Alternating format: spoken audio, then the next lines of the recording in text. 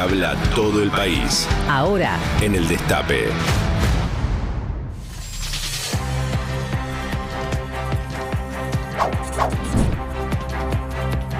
Hoy en El Pase, los mejores periodistas de Argentina te van a contar sobre todo lo que está pasando en el país. Muy pocos turistas en Mar del Plata para las fiestas. Por las redes circulan imágenes de las playas de La Feliz casi vacías. Mientras las reservas hoteleras apenas llegan al 50%, los lugareños esperan que la situación mejore con las escapadas de fin de semana. Gente, desapareció el turismo en Mar del Plata. A comparación de años anteriores donde en esta fecha no podías ni poner una sombrilla, hay tremendo sol y ni siquiera las carpas están alquiladas en la zona más concurrida. Y después me puse a ver y ni siquiera los locales están alquilados enfrente de la playa. Y hay muchos locales cerrados donde años anteriores había un montón de comerciantes y no se podía ni caminar.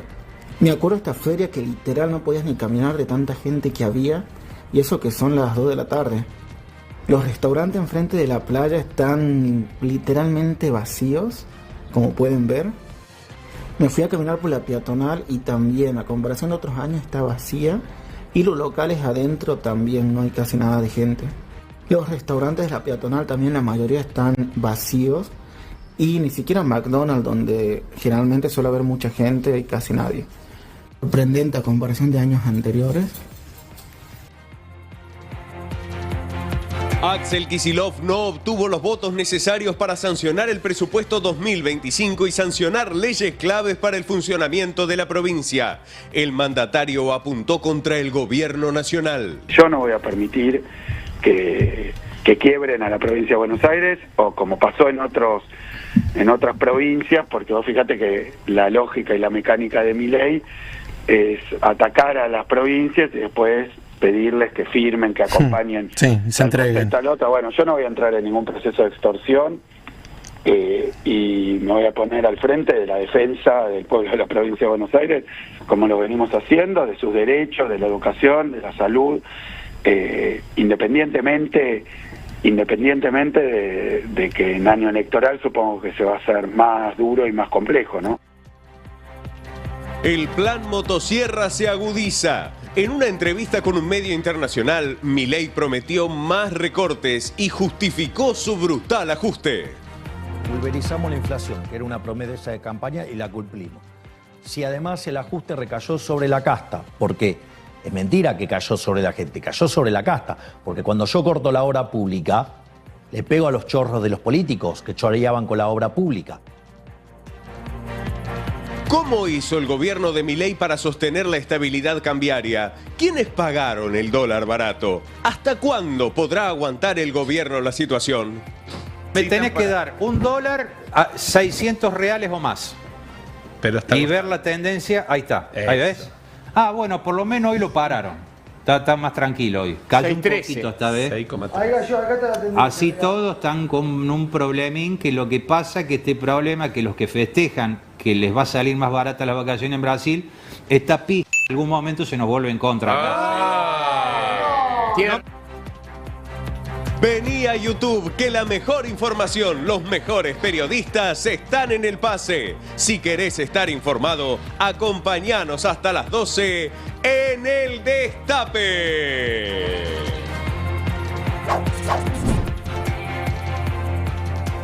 Muy buenos días, ¿cómo les va? Bienvenidos a esta edición especial del Pase de 30 de diciembre, lunes 30 de diciembre. Ya en un ratito vamos a estar conectándonos con Nicolás Antos, el conductor natural de este pase, con Adrián Murano también.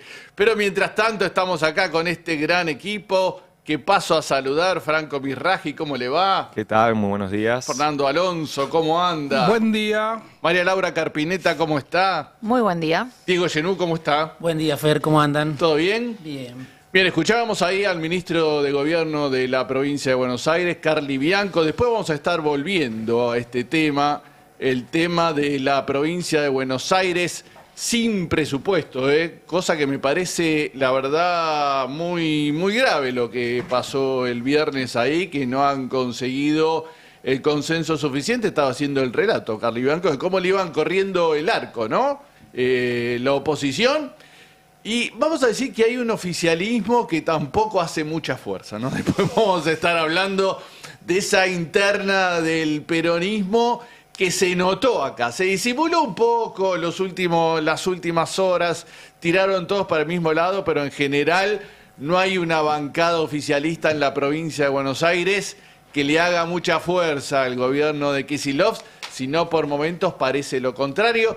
Después lo vamos a estar desarrollando bien. Fue uno de los temas que se discutió mucho el fin de semana, pero quería arrancar por otro que a mí me llamó mucho la atención, que fue el de las empresas del agro en default, ¿no? Los Grobo, otrora rey de la soja, uno de los tipos que tenía más plata en el país hasta hace unos años. La sigue teniendo. Claro. La sigue teniendo.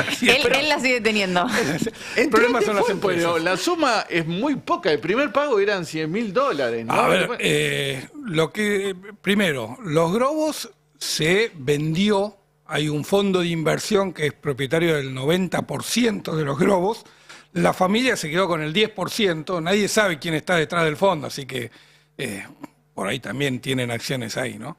Es cierto que el viernes defaultearon un pago de $100.000, pero anunciaron que hasta el 31 de marzo no pagan nada, y cuando sumás son $10 millones lo que no van a pagar. Y son dos empresas del mismo grupo. Una es los Grobos Agropecuarios y la otra es Agrofina, así que cuando empezás a ver el volumen es muy grande. Venían de un default previo de otra empresa, nada que ver con los Grobos, Red Surcos, tuvo problemas financieros, la CNB la intervino, hay un lío bárbaro, hay como $7 millones también en el aire entre ON y deuda comercial que esta empresa Red Surco no pudo afrontar. ON, explícanos a los que no sabemos. ON es obligaciones negociables, es la deuda que suele emitir las empresas para financiar en el mercado de capitales. Cuando un Estado vende bonos, lo hace, son títulos públicos. Hay Cuando un boom, ¿no?, de obligaciones negociables en este momento en las empresas. No solo hay un boom, es el récord histórico. 9.600 millones de dólares en ON se colocaron este año.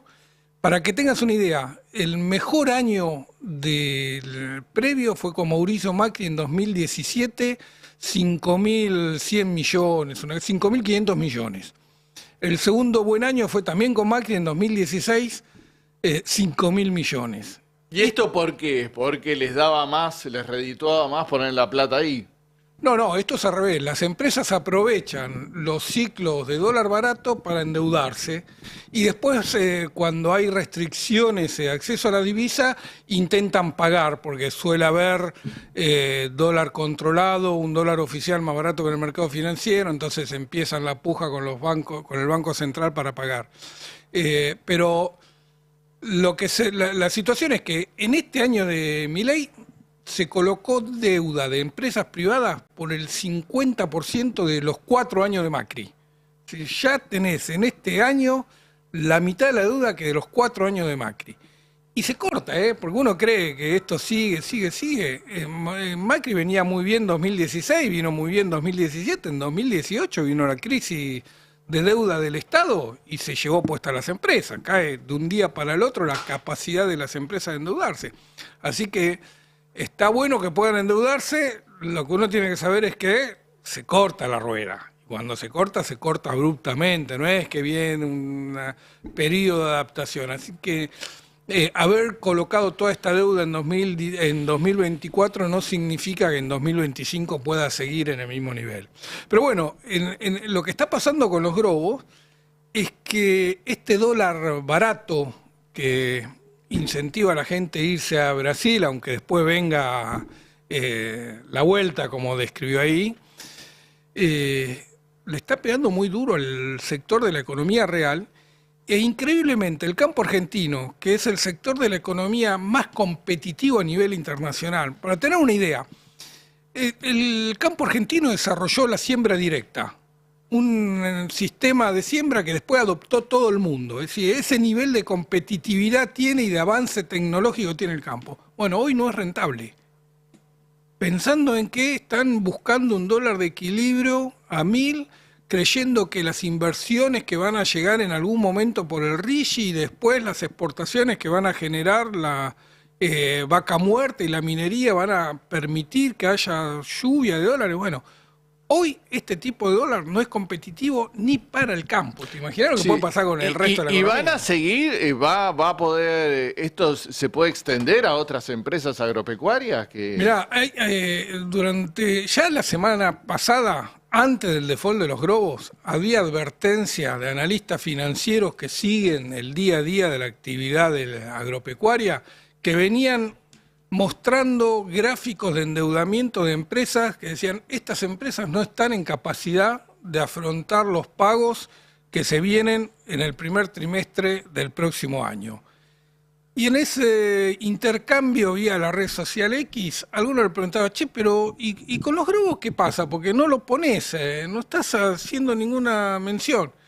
O sea, los globos es una situación especial. Uno cree que por la tradición de la empresa y por la capitalización que tiene va a poder hacer frente a los vencimientos. Pero si vos ves, la ecuación no cierra. Bueno, no cerró. No cerró. No hubo ni capitalización, ni tradición, ni nombre que valga. La empresa decidió sacar cuenta y dijo, así no podemos seguir.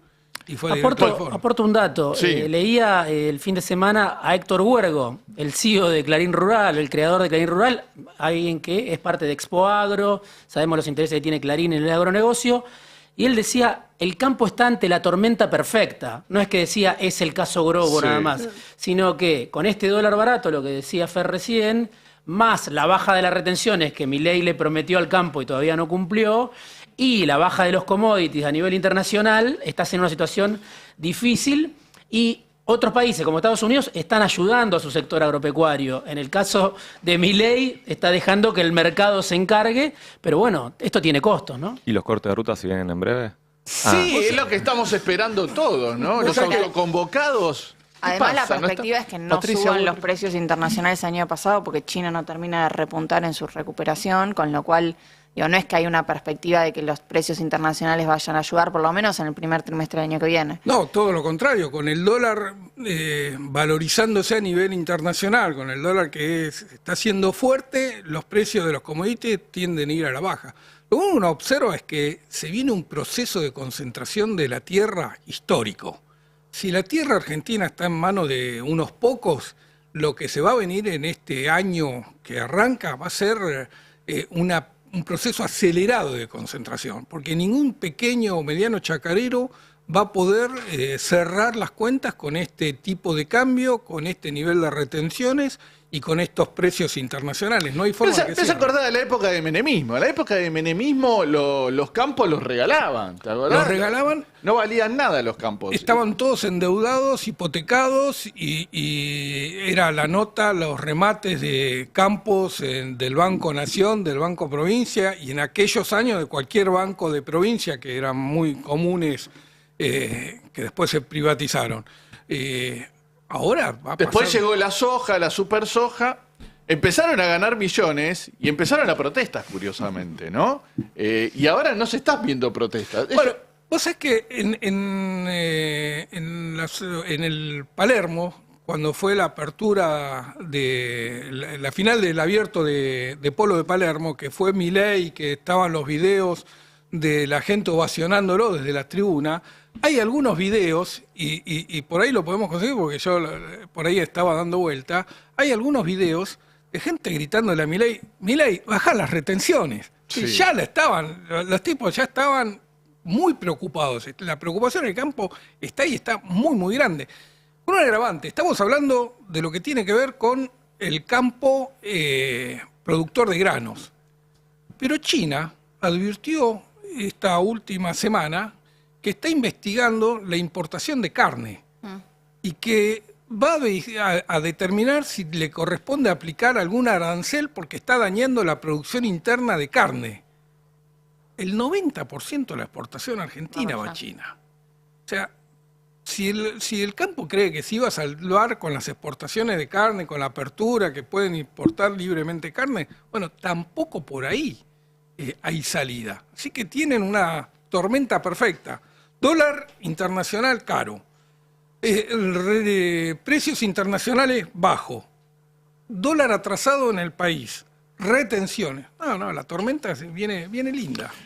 La verdad que yo lo veo muy complicado, porque era uno de los sectores que uno da por descontado, que es motor de la economía, ¿no? Sabemos que ahora estaban empezando a funcionar otros que tienen que ver con los hidrocarburos, con la minería, tal vez la pesca, pero el campo uno da por hecho que es uno de los motores de la economía y se está mancando, pero mal, ¿no? Sí, pero el tema ideológico es importante, lo que vos mencionabas, porque en el tercer trimestre, cuarto trimestre, esto también lo conoce mejor Fer que yo, pero hay liquidación récord del campo con un dólar barato. O sea, liquidaron contra sus propios intereses algo que no hubieran hecho en otro momento. El Banco Central compra reservas por varios motivos, no le alcanza porque sigue teniendo reserva negativa, pero compra porque el campo liquidó en el último trimestre a niveles récord cuando nunca lo hace en el último trimestre del año. Primero te invito a ver el video del campo de polo porque a mí me llamó la atención cuando me llegó.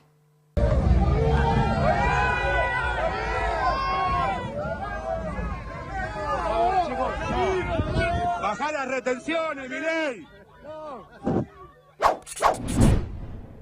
No se la llevó toda gratis, no fueron todas ovaciones para el presidente. Pero vos contabas lo que fue la liquidación récord del campo, y el campo estaba sentado sobre los famosos silo bolsa llenos de granos, esperando una mejor ecuación, o de precios internacionales o de tipo de cambio, y no se le dio ninguna de las dos. Y todo lo que no vendió en el primer trimestre del año, y todo lo que tomó de deuda en el primer trimestre del año, para financiar ese stock que tenía en los campos, se le dio vuelta. Tuvo que pagar un alto costo financiero, porque los créditos en Argentina eran muy caros, y eran muy caros en pesos y en dólares en el primer trimestre, y a lo largo del año le cayeron los precios internacionales y nunca llegó esa devaluación que estaban esperando para que le mejore un poquito la rentabilidad. Y se le agrega un problema, mirá, porque hay chanchos cucas que están invadiendo los campos. Mirá lo que está pasando con los silo bolsas, ¿eh? A ver, tenemos un video exclusivo. Mirá qué lindo el silo maíz. Mirá qué lindo el silo. Mirá qué lindo, mirá. Mirá qué lindo, ¿eh? Todo el silo maíz, ¿ves? Ahí está, ¿ves? Y ahí estaba el señor, ¿ves? Comiendo. Ahí quedó la marca donde recibió el impacto, ¿ves? Tiro, qué bárbaro. Qué bicho dañino. Me parece que hay chanchos. No, son tremendas las plagas de chanchos en los campos. Comiéndose el maíz. ¿Te acuerdas cuando usaban a la cámpora? Que decía que la cámpora iba rompiendo los hilos bolsa por el campo. ¿Es verdad? Los chanchos se están comiendo ahí, bueno. No, digo, ahí prometo conseguírtelo, porque los tengo en el celular, voy a tardar en encontrarlo. Pero, ¿cómo se dice? ¿Manadas de chancho? Sí. No sé. Sí. Pero, jaurías no son de perro. No sé. Piara, dicen acá. Bueno, 30, 40... ¿Chanchos? Y claro, debe estar rico. Cruzando la Salada, la laguna famosa en Madariaga, famosa porque es donde iba el entonces presidente Eduardo Duhalde cuando encuentra el asesinato de cabezas a cabezas en la cava. Bueno, es impresionante cómo la cruzan nadando. ¿Ah, sí? Sí. No, es tremendo. Son súper chanchos estos, son súper chanchos. Creo que ya tenemos en línea a Adrián Murano, ¿no? ¿Estás, Adrián, ahí por ahí? Hola, buen día, compañeros. ¿Cómo andan? ¿Qué dice? ¿Cómo le va? Ah, mirá, estás como en otro estudio. Muy bien. Está como atrás nuestro. Estoy en una realidad paralela, literalmente. Muy bueno. Estoy en una realidad paralela. Muy bueno, Adrián. Bueno, vos tenías algo en alguna manera relacionado con esto, ¿no? Que tiene que ver con la hidrovía, porque tiene también relación con el campo y la venta de granos, lo de la hidrovía. Claro, exactamente. Los estaba escuchando con atención. Bueno, anoten a los conflictos con el sector agropecuario, el que se activa esta semana por la privatización de la hidrovía. En realidad ya se activó ese conflicto con las cerealeras que pretendían otro modelo de privatización que les diera más relevancia de la que ya tienen con sus puertos propios en la vera del Paraná. ¿Qué pasa a partir de esta semana? Bueno, vence el plazo para presentación de pliegos. Esto significa que ese conflicto larvado entre compañías, son 4, 5, 6 compañías a nivel mundial las que tienen condiciones operativas para aspirar a este negocio. Es un negocio muy apetecido. Estamos hablando de un negocio que tiene como renta unos 20.000 millones de dólares asegurado como renta a lo largo de todo el periodo de concesión. Es una buena plata, digamos. No estamos hablando de 30 más 30, son 30 años prorrogables por otros 30. Bueno, eso otorga ingresos para quien se quede con la concesión por 20.000 millones de dólares. Pero además está el recurso estratégico, manejar lo que transita por el principal ducto fluvial de América del Sur. Bueno, vamos a unir estos dos elementos, el interés que tiene el sector agropecuario por manejar, aunque sea una parte, la parte que más les interesa, que es la del despacho, es decir, la posibilidad de que en puerto propio tengan control absoluto de lo que allí ocurre y después tener más calado de acceso al puerto propio para tener, por supuesto, mayores posibilidades de exportación. Esto está directamente vinculada a la discusión respecto al tipo de operación de dragado que se puede hacer en la hidrovía. Y después lo del recurso estratégico, donde tiene la mirada puesta Estados Unidos. Vamos a arrancar por ahí, ¿les parece? Porque ayer Estados Unidos, mejor dicho, el Washington Post, como todo el mundo sabe, realiza el ejercicio del periodismo independiente, publicó la nota muy a tono con las necesidades de Estados Unidos en la hidrovía, que es justamente la necesidad de control de lo que ahí transita. Fíjense lo que publicó ayer el Washington Post. Vamos a compartirlo en placa. Bueno, ahí vemos la nota que se publicó ayer. En las aguas de América del Sur transita una super vía de droga hacia Europa. Una super autopista sería de droga hacia Europa.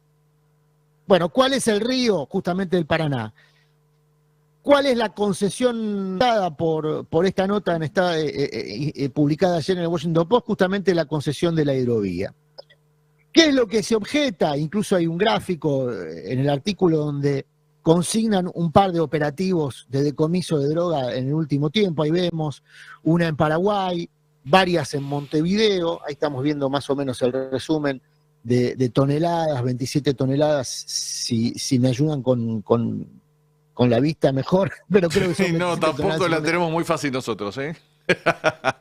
Bueno, son muchas toneladas de droga. Son 27 toneladas en Paraguay y 27 toneladas en Montevideo, lo que se ha decomisado en este tiempo.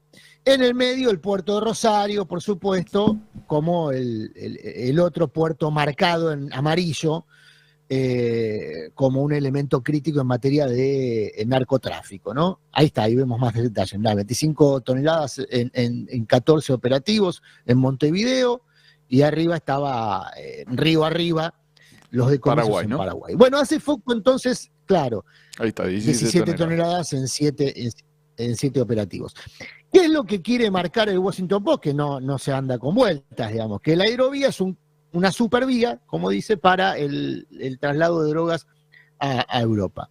¿Qué es lo que marca con este artículo? La necesidad de más control. Ojo, porque Estados Unidos ya está operativo en materia de control en el Paraná, con ese grupo de ingenieros. Recuerdan que se había anunciado con bombos y platillos un grupo de ingenieros que iba a participar de las tareas de colaboración en el dragado. Sí. El cuerpo de ingenieros del ejército. Este nuevo.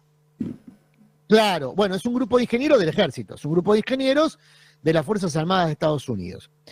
Entonces, Estados Unidos tiene un interés específico, lo dice a viva voz y lo dice por todos los medios disponibles, por la vía diplomática, con la presencia de Fuerzas Armadas en el territorio y ahora a través de un medio de comunicación, advierte que no va a ceder el control de lo que ahí ocurra y lo justifica por el lado de, bueno, el control sobre el narcotráfico.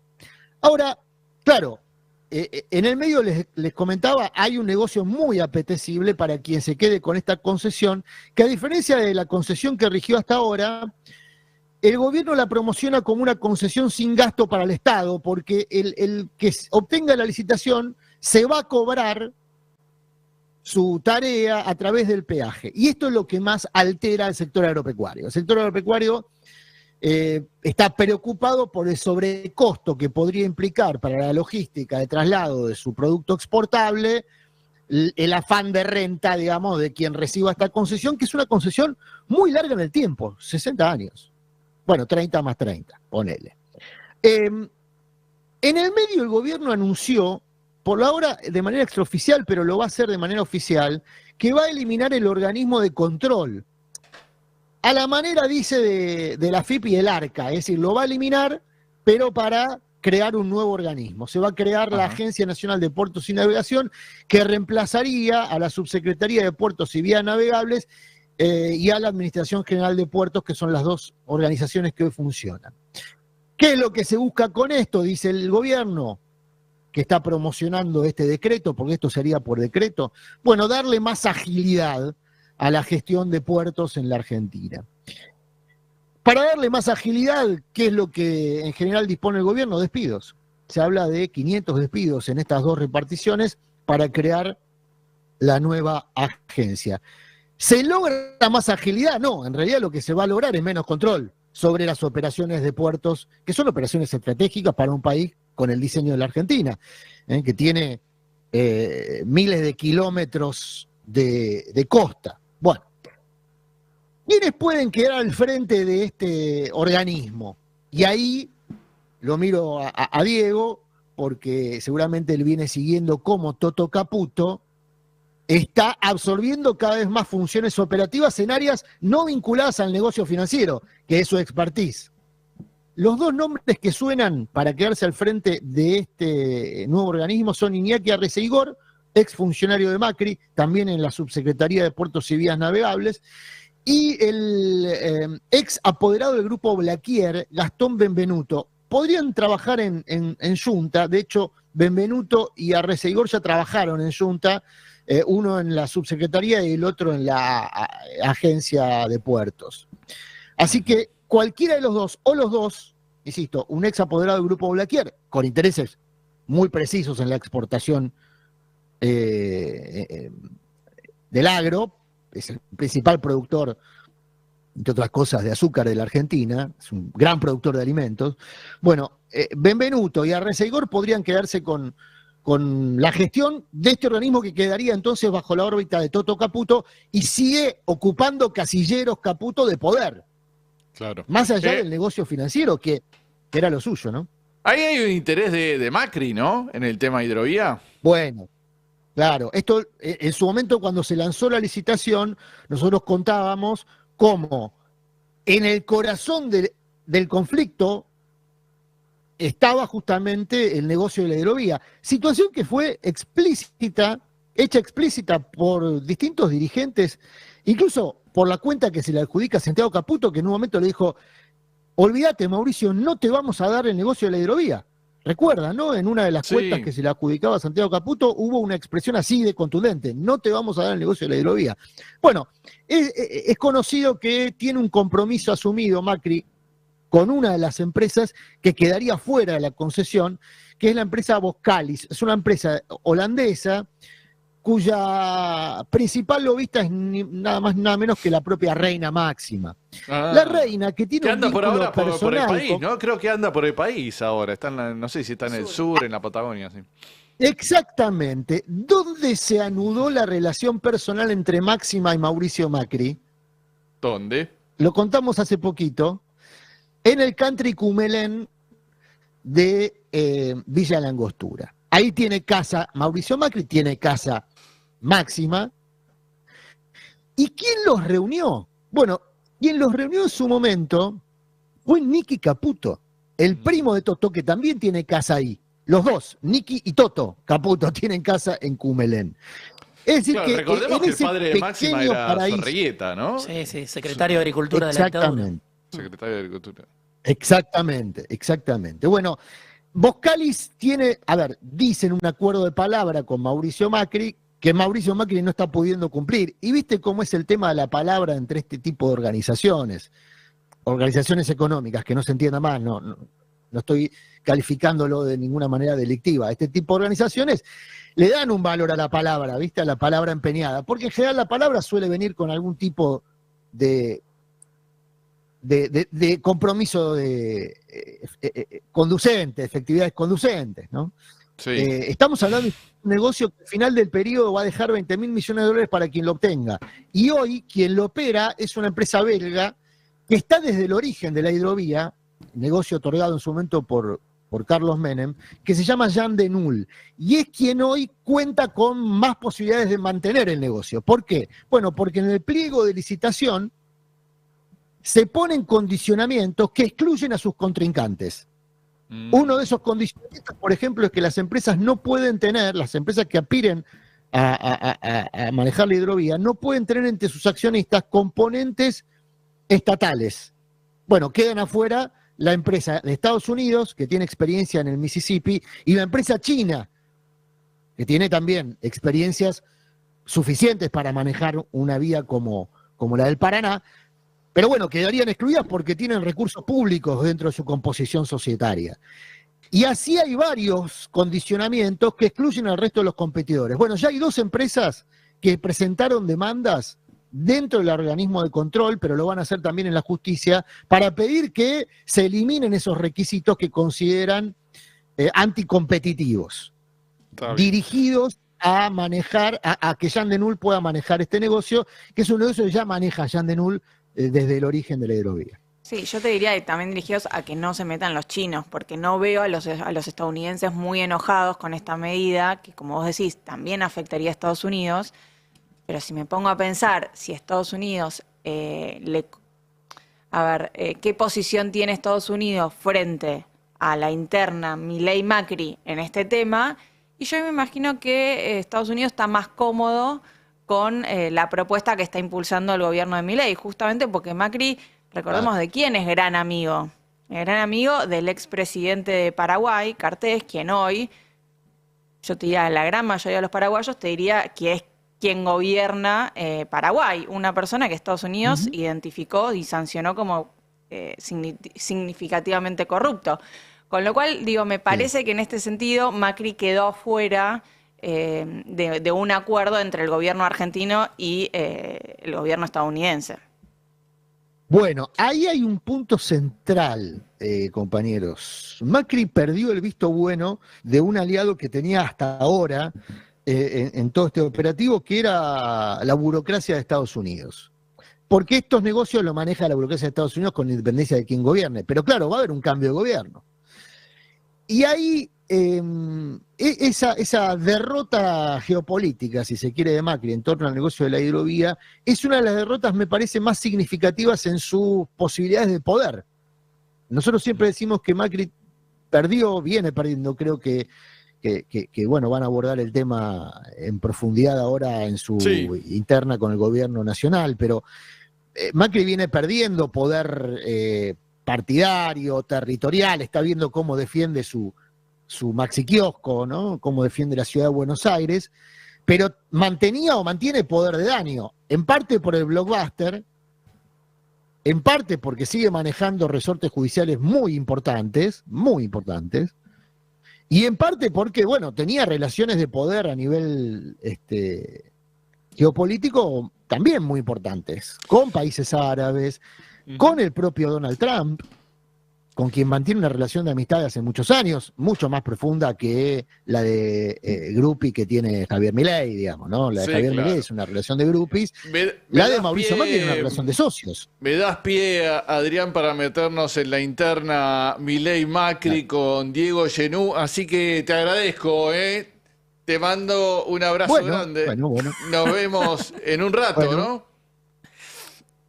Sí, en un rato hacemos también a distancia. Quiero decirles, para que quienes estén transitando hacia la costa se van a encontrar con un lindo día de sol después de una tarde de lluvia ayer, ¿eh?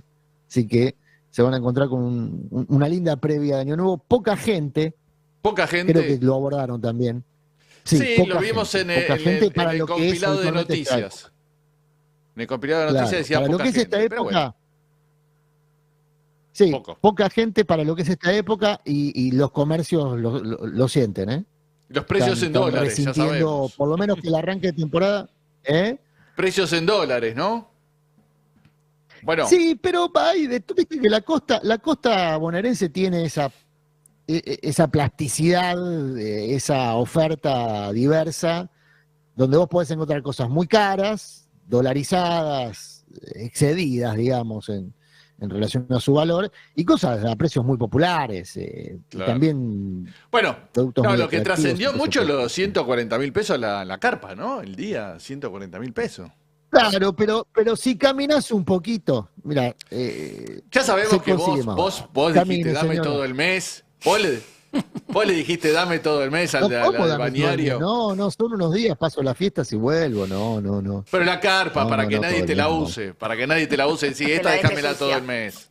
No decís, acopio de carpa, ¿no? ¿Cómo voy a hacer un acopio de carpa? Una subalquiler.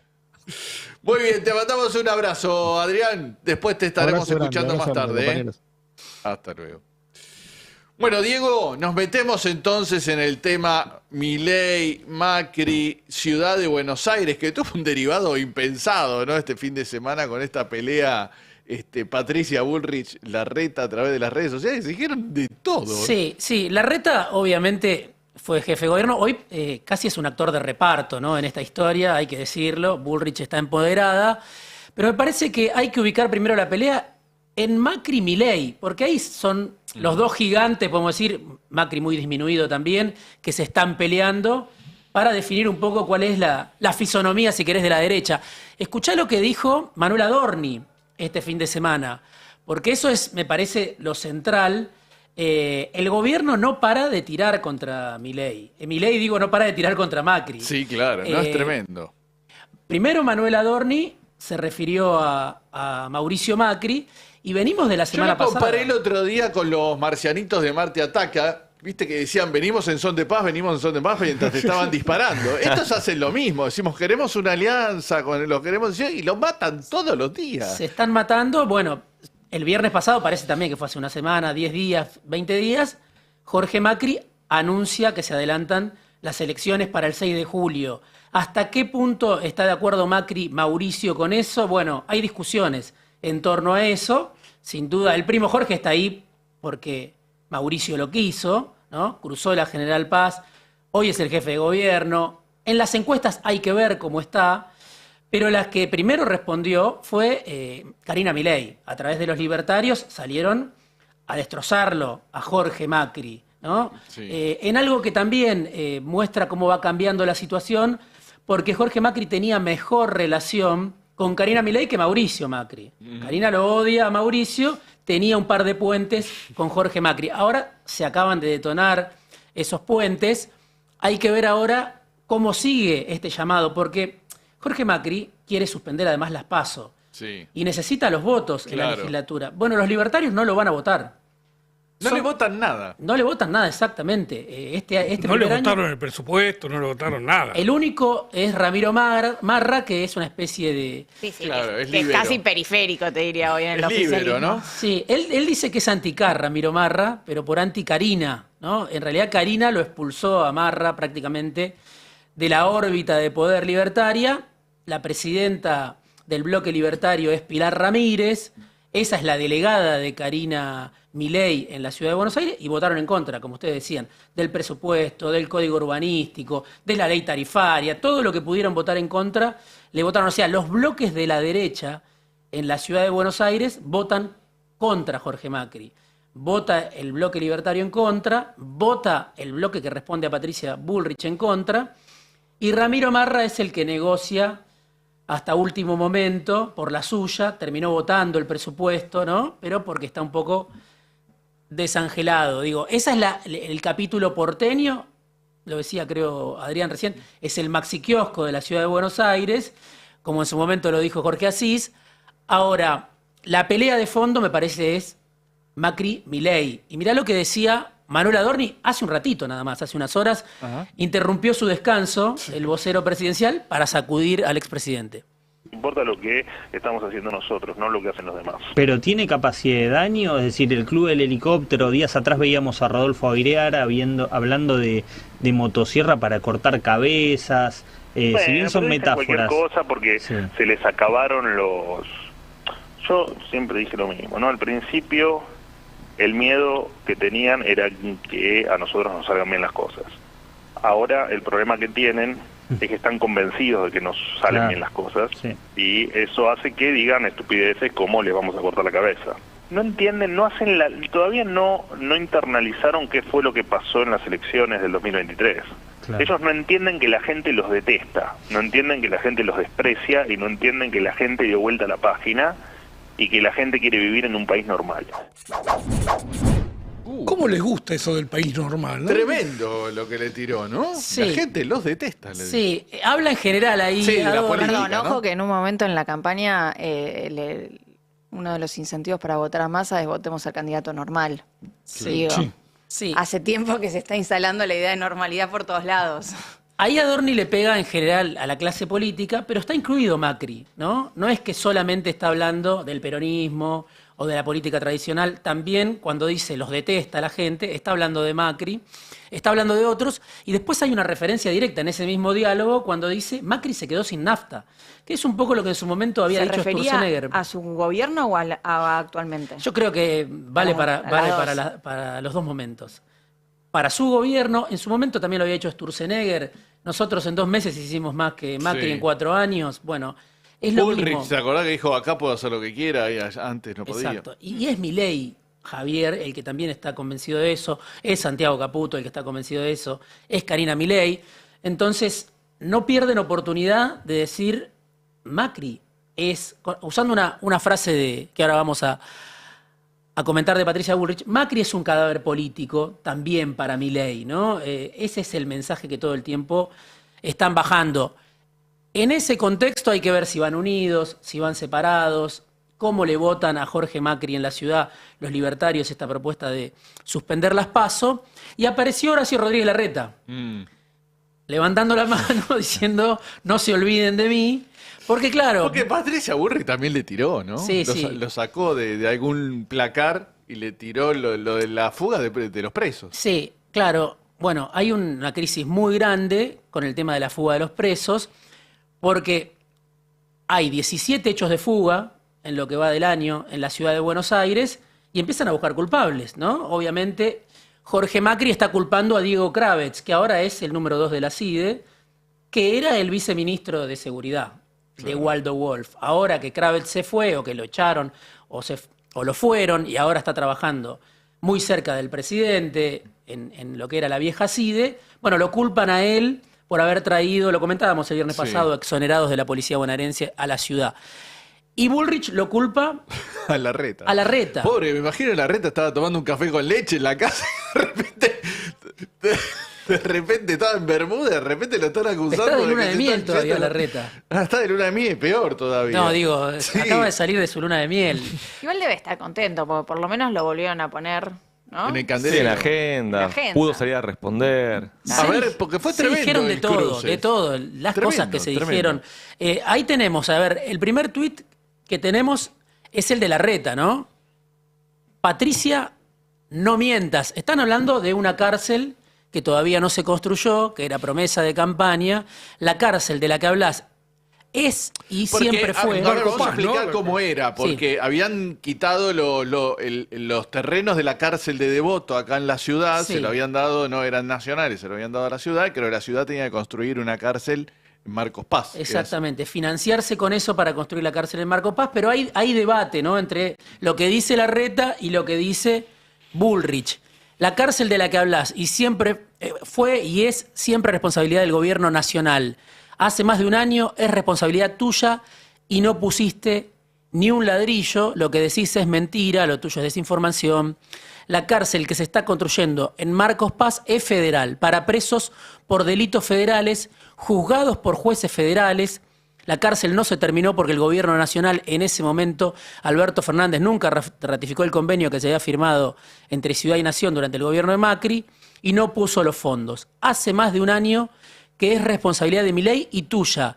Y la cárcel sigue sin terminarse, bueno, en vez de desinformar, bueno, trabajar por la seguridad, etcétera, porque se están culpando justamente por las fugas. ¿Qué pasa? En la ciudad de Buenos Aires, en alcaldías y comisarías tenés 2.300 presos. Está duplicando la capacidad que tienen las comisarías. Obviamente es una situación irregular tener presos detenidos en comisarías, en alcaldías, y además son presos muchas veces del sistema federal. Esa es la discusión, ¿no? Son presos que deberían estar en el servicio penitenciario federal. Claro. Faltan cárceles y bueno, es una pelea entre los sectores de la derecha que se acusan unos a otros de ineficiente, de desidia, de negligencia. Lo extraño que entrara Larreta, ¿no?, en la discusión. Sí, Servicio Penitenciario Federal, que con este gobierno pasó a depender de Patricia Bullrich, antes dependía de la ciudad, digo, depende de un Ministerio de Seguridad Nacional, obviamente. Claro, bueno, eso es lo que está diciendo Larreta. Hace un año la responsabilidad es tuya.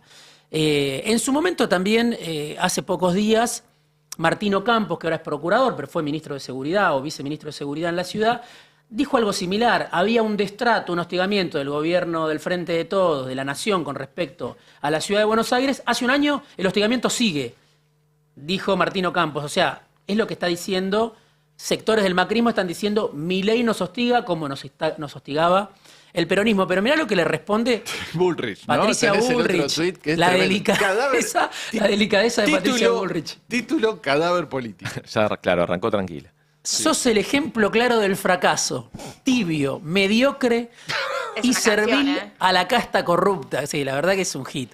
Mientras el país se prendía a fuego, bueno, mientras vos repartías cargos y pactabas con los responsables de la gran decadencia argentina, nosotros trabajábamos en un proyecto de país que le devolviera la grandeza a la nación. Está Bullrich con el lenguaje de hacer grande a la Argentina otra vez, el lenguaje de Milei a full, ¿no? Recordemos que ella lo eligió a Larreta como su jefe de gabinete. Claro, algo que después le va a decir. Bueno, eso es lo que le recuerda a Larreta. Deja de hablarle a los argentinos como si no supieran quién sos. El tibio que nunca tuvo coraje para cambiar nada. Bueno, ahora gobiernan los que tienen coraje y convicciones, no los acomodaticios, los argentinos de bien, ¿no? Es curioso, Bullrich le gana la paso a Larreta, pero después queda tercera, ¿no? Sí. Porque ella habla, parece que hubiera ganado la elección, si vos ¿no? Lees este tuit. No, ella sirvió para ganar la interna del PRO, después en la competencia general, obviamente se reveló como la que menos idea tenía de lo que quería hacer en el poder. Bueno, fue un desastre en campaña. Yo por eso a mí me sigue llamando la atención esto que dice, bueno, Bullrich quiere ser candidata a jefa de gobierno, después quiere ser presidenta. Yo el otro día le decía a Burano, algunos me criticaban porque dije la edad.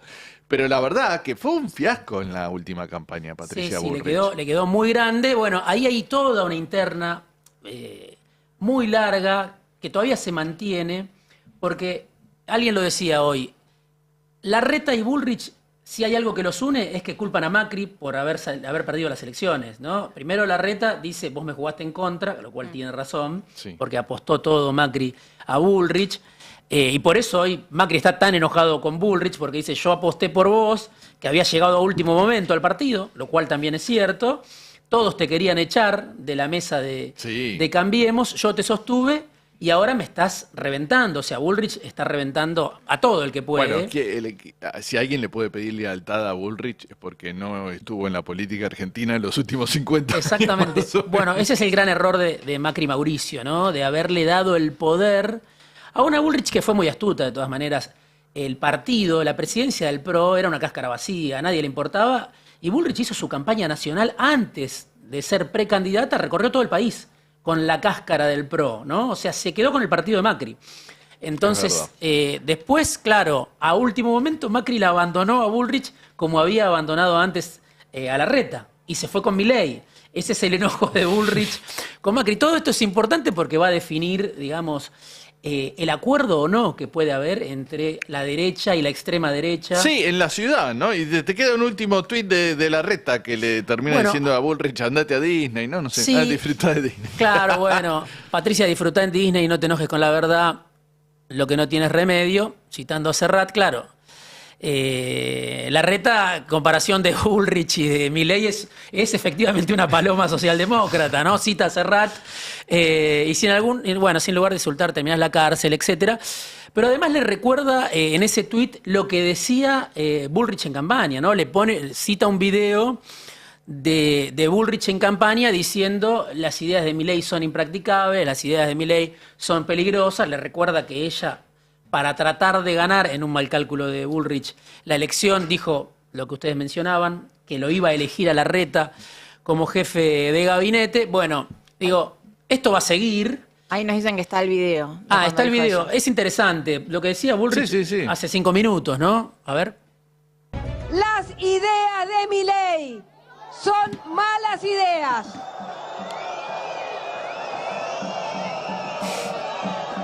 Las ideas de Milei no se pueden llevar a cabo. Por eso yo le digo a los jóvenes que lo votaron, fíjense que dolarizar sin dólares es imposible.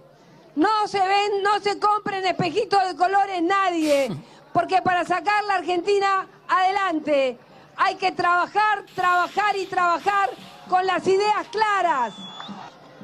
Y repito, las ideas de Milei son malas. Ya ni su propio equipo las cree. Nadie puede llevar adelante lo que prometió. Bueno, esta era la Bullrich, candidata del PRO. Pero de todas maneras tuvo razón, porque no llegó adelante las ideas esas. Sí, la dolarización lo dejó de lado. Flanqueada por los que no nos están viendo, por Rodríguez Larreta y Jorge Macri, ¿no? Bueno, ahí hay el último asterisco y con esto cierro. ¿Cómo se posiciona Jorge Macri frente a esta pelea? Porque Larreta sale un poco a defender la postura de la ciudad. Bueno, Jorge Macri apareció ayer en televisión diciendo estamos trabajando muy bien con Patricia, lo cual no es cierto, se están matando. La interna de Kravitz, que acaba de irse con Bullrich, con Milei. Wolf quedó de este lado. Pusieron una especie de delegado como secretario de seguridad que responde a Bullrich, que se llama Ezequiel Daglio, pero que no tiene experiencia en seguridad. Pero Jorge Macri salió a bancar a Bullrich en esta pelea con Larreta, y Mauricio Macri, está ahí una nota de Lucas Bo en el Destape que está muy interesante, Mauricio Macri salió a decir, bien Horacio.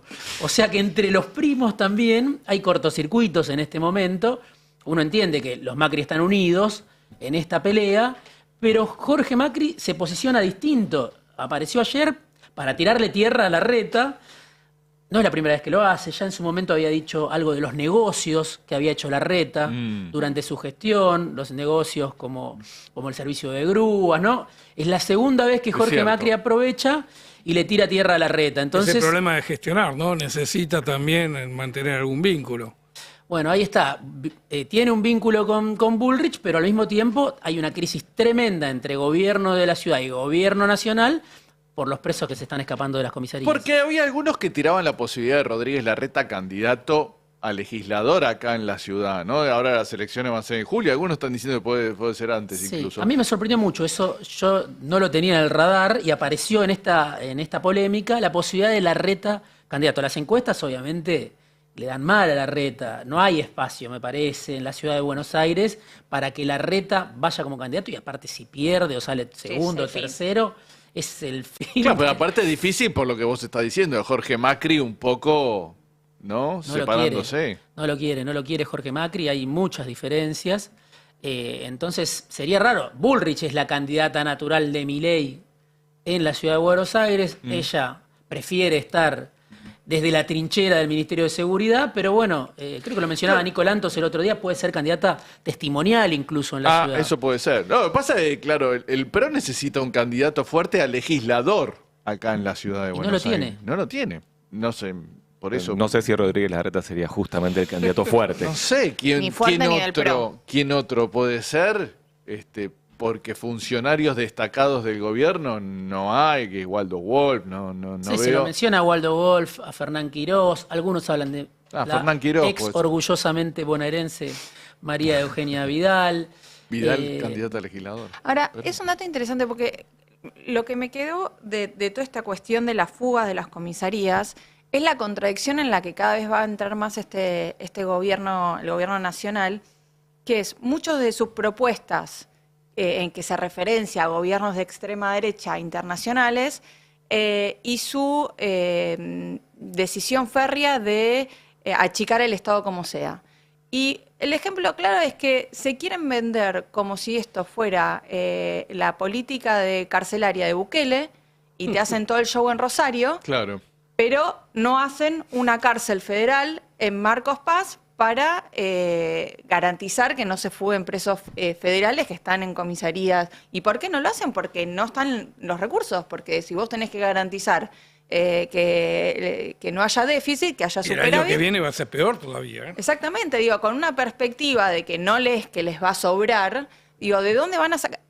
Por eso en un momento empezó a ver el rum rum, de lo que fue en algún momento el modelo yanqui estadounidense, perdón, de privatización de las cárceles. ¿Imaginas? Que eso es, Bueno, es si otra cosa a analizar. si los campos empiezan a dar pérdida, empiezan a construir cárceles en los campos, ¿no? Claro. Sí, pero son modelos híbridos. El Estados Unidos no fue cárceles Grobos, meramente privadas. Lo que digo es cómo lo discursivo, que es una pata importante de este gobierno, va a entrar en coalición, porque muchos de los modelos en los que se referencia son modelos de extrema derecha, sí, pero que están anclados en un Estado fuerte. Claro. Entonces, digo, en algún momento ese liberalismo económico con esa cuestión más de extrema derecha, cultural, política, van a entrar en coalición. No, porque aparte esta cosa de discurso, que le echan la culpa de todas las provincias, o le echan la culpa de toda la ciudad, parece que ahora el Estado no tiene que hacer nada, ¿viste? El Estado Nacional no tiene responsabilidad de nada. Pero bueno, obviamente, si se te escapan los presos es culpa del Estado Nacional. Ahí no Bueno, se la puede. Corte dijo ahora que la justicia tiene que ser después provincial, vamos a ir, así que... después vamos a ir a Y ese después tema con Frank. el último dato es justamente si esas fugas tienen que ver con un trabajo de inteligencia, si querés, que hicieron los detenidos, o si esas fugas, como dicen ahora algunos en el macrismo, estaban vendidas, o sea, alguien cobró... Es un emprendimiento. Exactamente, para autorizar esas fugas. Es un emprendimiento privado. Son tiempos de crisis, hay que Bueno, buscar salidas. Sectores de la policía bonaerense, exonerados, que estaban en la policía de la ciudad de Buenos Aires, que recaudaban para alguien en la política. Bueno, esa es una explicación posible de por qué hubo tantas fugas en este primer año de gestión de Jorge Macri, ¿no? La otra es justamente la ineficacia, la desidia, pero hay una peor todavía, que es que alguien está recaudando exactamente con esto. Claro, eso está clarísimo. Muy bien, muchas gracias, Diego. Creo que estamos ya comunicados con Nicolás Lantos. Nico, ¿andás por ahí? Buen día, ¿cómo andás, Fer? ¿Cómo le va? ¿Todo bien? ¿Cómo anda, Nico? ¿Todo bien? Bien, muy bien, los estaba escuchando recién. Tengo ahí un datito para sumarles, si quieren, a lo que venían charlando. Macri está pensando en una figura de afuera de la política para encabezar la boleta del PRO en la ciudad de Buenos Aires en las elecciones de la ciudad para legisladores, lo que venían charlando. ¿A quién? ¿Perdón? No, todavía no, por lo menos que yo sepa, no tiene un nombre en mente, pero sí quiere explorar ese camino, que el PRO fue pionero también en proponerlo en su momento, de traer gente de otros lugares, que puede ser tanto del mundo del espectáculo como del mundo empresarial, a una boleta política. Así que habrá que seguir atentos a esa opción.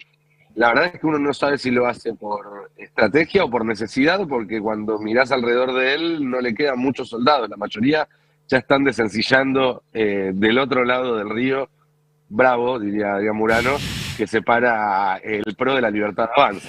Bueno, en Unión por la Patria estábamos comentando fuera de cámara, siempre cuando es el año, en la previa del año electoral se empiezan a medir nombres, periodistas, bueno, en este caso aparece actor, claro, porque Pablo Echarri ya dijo, pero también ¿no? me parece que es muy síntoma de momentos de crisis, ¿no? De representatividad. De liderazgos, especialmente además si es una legislativa. Un poco eso y otro poco un sistema de votación que también ayuda, digamos, la boleta única en el caso nacional. Acá en la Ciudad de Buenos Aires no sé si se va a votar con boleta electrónica, al final no tengo ni idea, ya me perdí. Porque sí, voto electrónico. Voto electrónico. Bueno, son todos mecanismos que está estudiado por la ciencia política, funcionan mejor cuando vos pones al frente de la propuesta una figura muy conocida, aunque no venga de la política, que tenga alto nivel de conocimiento y bajo nivel de imagen negativa, sin importar su experiencia, su carrera, etcétera. Bueno, es un dato a tener en cuenta, ¿eh? Podemos tener una elección atípica aquí en la ciudad de Buenos Aires, que sabemos que están los medios, por ejemplo. Entonces decíamos periodistas conocidos, que por ahí son tentados. Y decíamos el caso de Cherry, porque me parece que Cherry sería candidato en provincia. En la provincia ¿no? de Buenos Aires. Así es, en la provincia de Buenos Aires. Así que bueno, a estar atentos. Nico, querías charlar de algo que pasó en el bloque de Unión por la Patria, que me parece que puede llegar a tener otras derivaciones, ¿no? Que es la salida de Mirabella. Así es, vos recién hablabas de una elección atípica y creo que va a ser una elección atípica porque estamos acostumbrados en la Argentina, por lo menos en la última década y pico, a elecciones donde había 2 o 3 jugadores fuertes que se repartían de alguna manera o peleaban por el resultado, y estamos yendo a unas elecciones donde la oferta va a estar mucho más atomizada. Eso se está viendo, como lo veíamos, en la ruptura dentro de la derecha, que antes iba en un solo bloque y ahora probablemente tenga 2 o 3 propuestas: La Libertad Avanza, el macrismo y algo más de centro con los radicales, la Reta y demás, pero también en el peronismo, donde están habiendo rupturas, no solamente por el lado de los peronistas que acordaron con el gobierno y que probablemente van a tener propuestas políticas distintas, electorales distintas el año que viene, sino también dentro del peronismo que se mantuvo en la oposición. La semana pasada la noticia fue, como vos decías, la renuncia al bloque de Unión por la Patria de Roberto Mirabella, un diputado santafesino, hombre de Omar Perotti, que llegó a la Cámara de Diputados después de haber reemplazado al propio Perotti en el Senado por 2 años y luego de ser candidato cuando fue aquel pacto en el 2021 entre Cristina Fernández de Kirchner y Perotti, que desplazó al Chivo Rossi y le dio a Mirabella la primera candidatura a diputados, y al Senado había ido este periodista deportivo que ahora se Lewandowski. Lewandowski, así es. Lewandowski. De hecho, circuló mucho después del anuncio de Mirabella la foto que en su momento se había subido de Mirabella en el Instituto Patria con Cristina. No sé si la producción la tiene por ahí, porque fue un candidato al cual Cristina fue quien le zanjó en su momento el ingreso a la Cámara de Diputados, pero también, y acá creo que empieza el análisis fino, ve este mismo diputado que si Cristina es quien tiene la lapicera del PJ ahí Nacional, están los dos, ¿no? A ver, discúlpame, Nico, ahí están los dos. Sí. Está a la izquierda Lewandowski y acá al costado, más cerca, Mirabella, en la misma mesa con Cristina. Así es.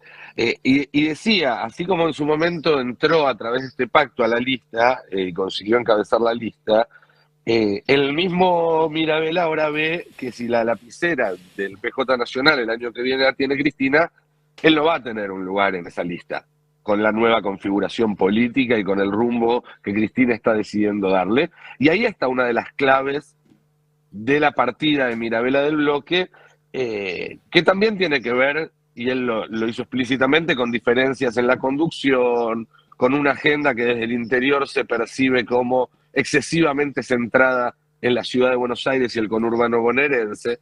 De hecho, en el tuit en el cual él hace pública su renuncia al bloque y la conformación de un monobloque donde aparece la palabra Santa Fe, y esto no es un detalle menor porque de alguna manera transparenta sus intenciones de ser candidato el año que viene, justamente habla de razones que tienen que ver, si avanzamos en el texto, bueno, él habla obviamente de su identidad santafesina, y más adelante da cuenta esto, ¿no? Soy opositor a Milei mirando a mi provincia y no al PJ Nacional. Las diferencias en las prioridades y visiones con mi actual bloque han llegado a un punto donde siento que si continúo dentro del mismo no cumpliría con el mandato que me otorgaron los santafesinos. La agenda que se sigue es una agenda porteña pensada para el conurbano y enfocada en liderazgos del pasado que se eligen como rivales. La referencia es como rivales para la tribuna. La referencia es explícita a Cristina Fernández de Kirchner y a su conducción del peronismo nacional, pero también, por lo menos en esta primera instancia, en este texto, Mirabella se sigue definiendo como opositor, con lo cual marca un rumbo distinto que al que habían marcado los 3 diputados tucumanos que habían sido la primera y hasta la semana pasada la única escisión del bloque de Unión por la Patria en la Cámara de Diputados. Y aquí es donde me parece que está la novedad, más allá de que después todos vamos a medirle con un centímetro cada voto, cada ausencia a Mirabella, y habrá que ver cuánto se mantiene opositor, porque ese tira y afloje sabemos que no es sencillo, ese quedar en el medio de dos polos muy diferenciados es complejo, pero abre un camino intermedio que hay muchos otros diputados y senadores que están interesados en explorar, por los mismos motivos que Mirabella, por motivos políticos, si se quiere, de no sentir que la agenda y la conducción del PJ actual los represente claramente, pero también porque están hojeando las candidaturas del 25 y hasta del 27 y ven que con la actual configuración del peronismo y el actual equilibrio de fuerzas al interior del peronismo no van a tener lugares expectantes y están tratando de forzar una negociación para cambiar el equilibrio de fuerzas dentro del peronismo, y si no sale, la posibilidad de ir por afuera, porque ahí hay otro punto. Si estamos hablando de una veintena de diputados y una decena de senadores que están en esta situación. Si en marzo arranca el peronismo con bloques separados en las dos cámaras, lo más probable es que en octubre, cuando se elijan los diputados y los senadores, haya listas separadas, sobre todo si no hay PASO, sobre todo si el gobierno termina efectivamente logrando eliminar las PASO con votos prestados del peronismo de Cristina, que es el escenario que hoy en día el gobierno plantea para la reforma política. Ahí se abre una incógnita sobre la continuidad de Unión por la Patria directamente. Ya no fuga del bloque. Sí, Nico, un apunte, digo, sobre Mirabella en particular. Sí. Creo que lo más interesante justamente de la renuncia, más allá de que, como vos decías, hay que ver cómo vota, si no termina como Jalil o como Jaldo, o como los diputados que responden a Jalil y a Jaldo, pero lo más interesante de Mirabella, desde mi punto de vista, es que justamente dice: hay una agenda muy ambacéntrica, hay una agenda de la ciudad, de la provincia de Buenos Aires. Yo represento una provincia como es Santa Fe, que tiene otros problemas, y esto lo digo con el comienzo de la charla. Justamente, Mirabella es alguien muy cercano, por ejemplo, a las cerealeras. Tiene una excelente relación con la grande cerealera de la Argentina. De hecho, es un hombre de Perotti, ¿no? En su momento era Perotti también, ese peronismo, yo le decía el peronismo núcleo, el peronismo sojero, el peronismo de la zona centro. Bueno, Mirabella representa eso, y esto te habla de la orfandad de esos sectores también, ¿no? No se sienten representados. Un peronismo como el de Mirabella no puede estar, obviamente, alineado y trata de distinguirse de Cristina, pero tampoco puede pegarse demasiado a Milei, que está castigando al agronegocio, que es lo que él representa, entre otros intereses. Santa Fe es una provincia obviamente diversificada, pero el agronegocio es central, y Mirabella, yo te diría, es, no sé si un hombre de las cerealeras, pero un hombre muy ligado al agronegocio, y por eso también toma distancia de Milei. Ese sector del peronismo de Santa Fe bastante parecido al peronismo cordobés, podríamos decir, ¿no? Así es. No solo parecido, sino con vasos vinculantes importantes, muy extendidos en el tiempo, desde ya la época de Bela Sota, luego con Schiaretti y ahora con Yarlora, todo lo que es la zona el peronismo de la zona de Rafaela, de eso estamos hablando, siempre se ha sentido más cerca quizás de Córdoba que de Rosario, por ponerlo en términos geográficos. Y hay una agenda ahí que evidentemente, como vos decís, Diego, está quedando huérfana, y que es un movimiento que está siendo mirado con interés, aunque no estén directamente involucrados en estas negociaciones, en esta jugada, por ese tándem en el que está Yarlora, pero también está Puyaro, que es radical en Santa Fe, y donde también está Kicillof, quizás desde un lateral, pero que Kicillof viene laburando su nexo con el agro bonaerense, con el campo bonaerense, del interior bonaerense, y en los diálogos que hay en ese grupo de gobernadores, en ese chat de gobernadores, el tema, digamos, aparece traído por los tres, por Yarlora, por Puyaro y Kicillof, los tres que se autoperciben como el futuro. Después habrá que ver, a los tres tienen grandes dificultades por delante para ver hasta qué punto esa percepción se termina materializando en ser dirigentes de estatura nacional. Kicillof tiene un camino más largo recorrido que Puyaro y que Mirabella, que están dando quizás sus primeros pasos. Kicillof tiene ya un periodo como gobernador y era dirigente nacional antes de ser gobernador de la provincia de Buenos Aires, pero pero yo prestaría atención a ese tándem, no tanto por las cercanías políticas, sino por la búsqueda, a ver, no pensarlo tanto desde la oferta política, sino desde la demanda. Hay un sector muy importante que está demandando una agenda que tenga que ver más con el campo, pero también con la industria, con lo productivo en un sentido moderno, y eso no lo están encontrando ni en el PJ de Cristina ni en el gobierno de Milei. Bueno, insisto, falta muchísimo, hay mucho por delante, pero me parece que hay algo en esa agenda, hay una demanda de una dirigencia que tiene esa agenda que va a encontrar algún tipo de respuesta del otro lado. Habrá que ver cuán atractiva y cuán articulada. Nico, una consulta. Las cabezas, digamos, los presidentes de los bloques, las dos cámaras responden y son parte de la nueva conducción del PJ. O sea, que ahí debería haber una coherencia y una comunicación muy fluida. ¿Están intentando, se está trabajando, se está negociando activamente para evitar mayores quiebres dentro de los bloques, como vos decías, para no empezar marzo con un bloque todavía más debilitado en términos de números?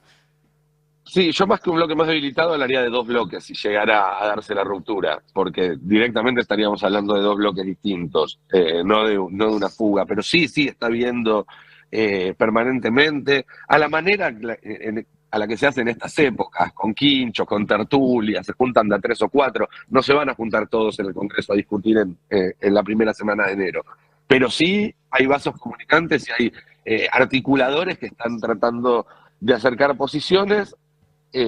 Lo que reciben cuando hacen esas gestiones es una demanda, en principio, esto, de que no todas las autoridades de los bloques estén alineadas con la conducción nacional, sino que se reparta un poco el juego a quienes quedaron afuera de esa lista, y luego, bueno, obviamente definiciones que tienen que ver con el año electoral, en un momento en el cual, como siempre decimos, hay otras urgencias también para la sociedad, y hasta el punto en el cual se pueda hacer explícita esta negociación es todo un tema, porque también podés quedar mal, digamos, si se te percibe más preocupado por tu lugar en la lista que por oponerte al gobierno. Pero sí está sucediendo, esa negociación, esos diálogos están teniendo lugar, y la preocupación para evitar una ruptura es grande de todas las partes, diría, no solamente de los jefes de bloque y de la conducción del partido, porque los que están también tironeando y amagando con irse saben que el costo que pueden llegar a pagar es muy alto en el caso de que eso suceda, y en realidad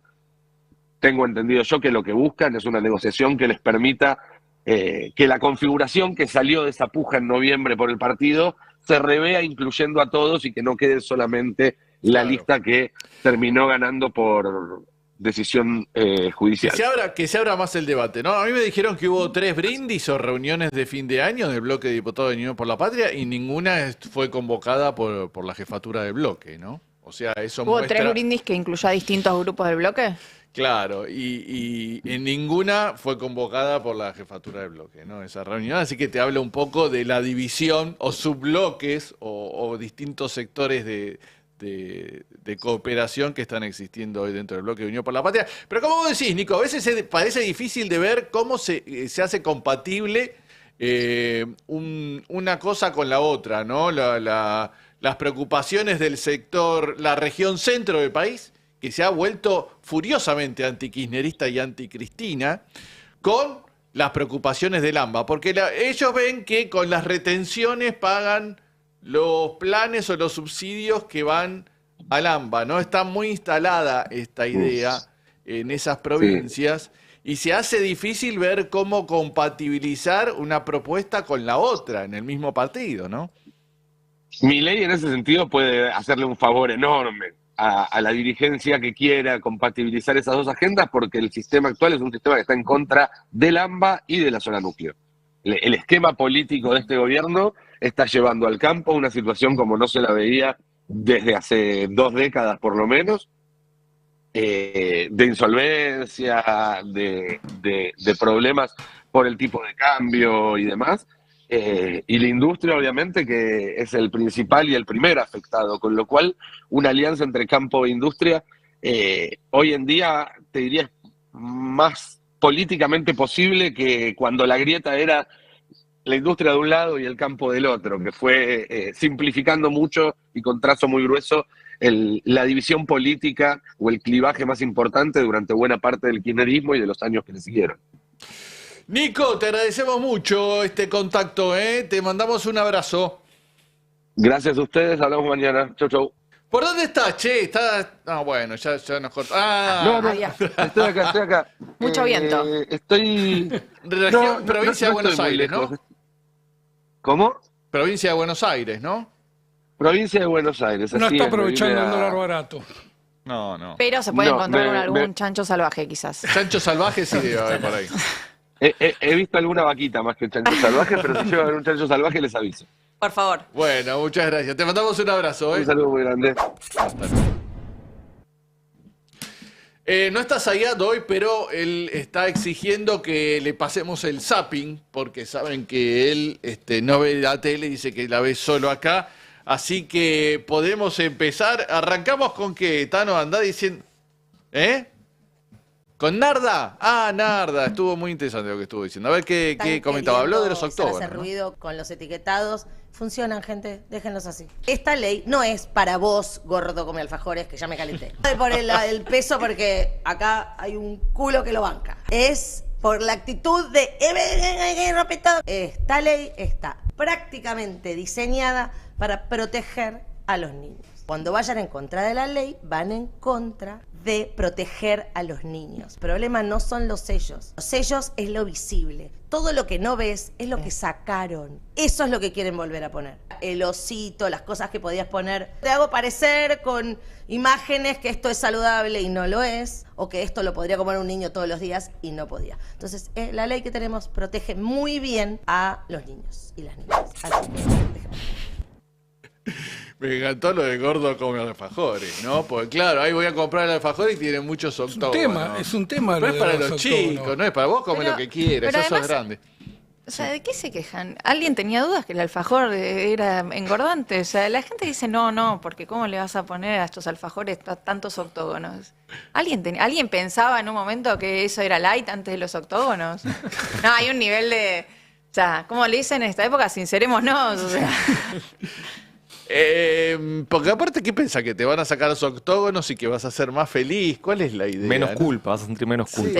El problema es por qué las empresas lo quieren sacar. No, porque el consumidor los puede rechazar como era ese planteo. El problema es que son las empresas lo quieren sacar porque claramente el consumidor mayoritariamente prestó atención a qué decían esos octógonos. Claro, aparte hace lo más sano, si querés. Es que de hecho lo han hecho.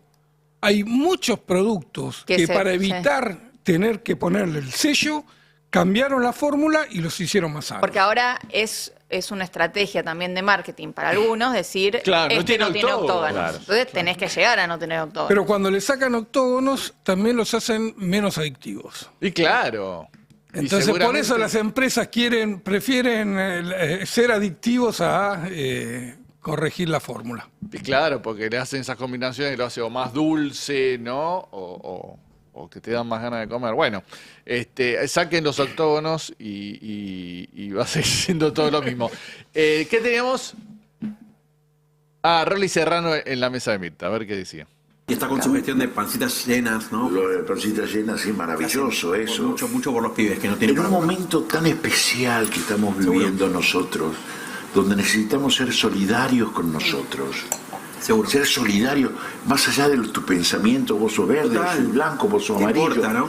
¿Qué importa, por Seguro. Dios? Hay una agresividad tan fuerte en la gente que viene de arriba.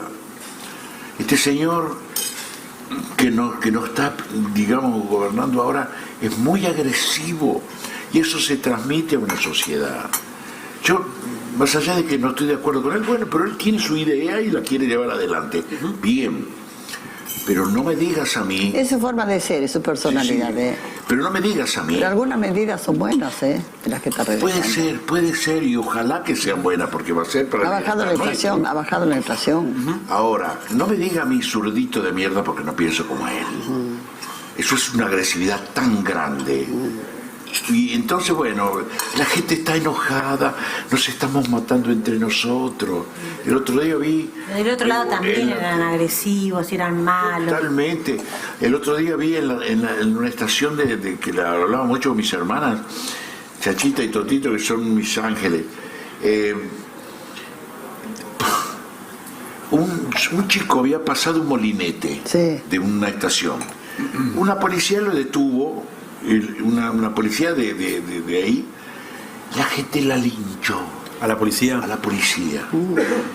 Pero la linchó de verdad. Ay, qué feo, qué horrible. Yo digo, es como que... ¿Cuánta violencia? Estamos lapidando. Es la autoridad. Es la autoridad y está haciendo algo correcto. Si le pega, hace algo que bueno, uno puede decir. Pero estamos lapidando, ¿no? ¿Qué nos está pasando? Sí, mucha violencia, eso sí, mucha violencia. Y en la gente joven sobre todo. Y sobre todo en la gente joven. Sí. Bueno, estamos viendo muchos videos en las redes sociales en estos últimos días a propósito de esto que comentaba Rolly Serrano, ¿no? Así como estallidos de violencia de repente, bueno, lo del colectivero que mataron por la música. Y hay varios videos que se están ahora viralizando por el tema de música alta, de los vecinos que se van a quejar y que termina todo en una trompada o en una agresión. La idea de que cualquiera puede tomar la justicia por manos propias, ¿no?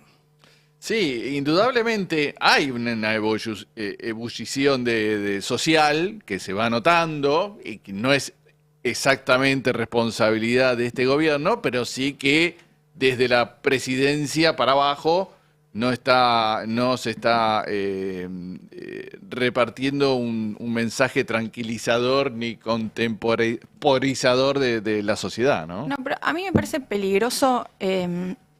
Creo que en algún momento se confundió, adrede o no, la idea de polarización con la idea de violencia. Que son dos cosas distintas. Nadie duda que durante el kirchnerismo la sociedad estaba polarizada. Negarlo sería una necedad. Ahora, decir que antes, porque en un momento Rolly estaba hablando claramente de dos posiciones políticas. Y una le dijo, y del otro lado también eran violentos. Para mí, plantear que el nivel de violencia política que están difundiendo, reivindicando el actual oficialismo y toda su base comunicacional con lo que sucedía en el kirchnerismo, a mí me parece irresponsable porque si no, primero que nos pone en una situación donde estamos en el mismo lugar que hace 10 años. Y yo no siento que estemos en el mismo lugar que hace 10 años. O sea, el nivel de agresividad en redes, el nivel de agresividad a la hora de discutir política, o sea, inclusive en situaciones donde era muy intensa la discusión, muy polarizada, no hay punto medio, no era ojalá que te maten y ojalá que te violen y ojalá que te quedes en la calle, ojalá que te quedes sin trabajo.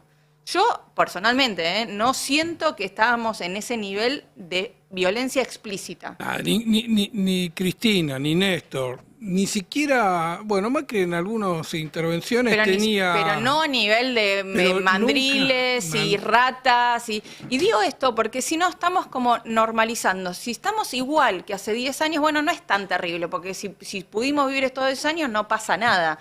Y me parece que muchas veces lo que algunos tratamos de decir de acá es que estamos en un momento de profundización de esa situación, que estamos en un momento donde las cosas se pueden ir de mano. Entonces, si creemos que es todo lo mismo, simplemente que cambió de lado el gobernante, pero estamos en el mismo nivel de violencia, hay una forma de normalización. Bueno, no es tan grave. Hace 15 años que estamos así. Lo que pasa es que, una chiquitita, me parece que la violencia vino siempre al mismo lado. Estaba recordando la acción de Revolución Federal y todos los scratches que hicieron durante todas las marchas, porque es cierto que había algún grado de violencia antes, pero estaba ejercida por el mismo sector político. Claro. Cuando iban a Plaza de Mayo con las guillotinas, cuando iban con las bolsas mortuorias, cuando atacaban a políticos... Bueno, recordemos que a Cristina la quisieron matar, ¿no? No le salió la bala. Terminó en el atentado frustrado a Cristina, que fue tan grave que terminó en ese momento, después de eso un bajón en la violencia política porque quedaron extremadamente expuestos, pero fue siempre desde el mismo sector político la violencia. No fue recíproca, no fue que estaban los dos lados, como estabas planteando vos, pero sí, es cierto, había algo de violencia en el pasado y estaba también motorizado por este mismo sector político. Es como una reformulación de la teoría de los dos demonios, ¿no? Quieren hacer que ahora además se volvió a ejecutar en tribunales.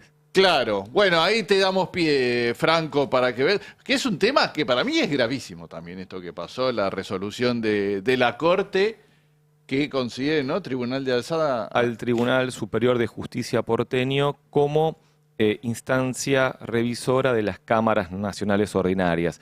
A ver, la novedad judicial del día de hoy es que a partir de este lunes la Corte ya funciona oficialmente con 3 integrantes. ¿Por qué? Porque se jubiló Juan Carlos Maqueda, hoy salió publicada su renuncia en el boletín oficial, fue su último día el viernes como juez supremo y firmó ese día un último fallo que tiene que ver con esto que estamos mencionando y que ahora vamos a desarrollar. Ahora, unos datos importantes que hicieron a lo que pasó el viernes, que pasaron varias cosas, porque también esta partida de Maqueda expone la realidad a la que ahora va a estar sujeta la Corte Suprema de Justicia y tiene que ver con que se necesitan 3 votos de mayoría, es decir, unanimidad, para poder sacar resoluciones. Si no hay 3 votos de mayoría, no pueden salir resoluciones y se tienen que convocar a conjueces. Decíamos, el viernes... Si ya le costaba mucho sacar antes fallos a la Corte, ahora... Bueno, es que el del Tribunal Superior de Justicia salió 3-1 y el que votó en disidencia fue Rosenkrantz. Si no lo sacaban la semana pasada,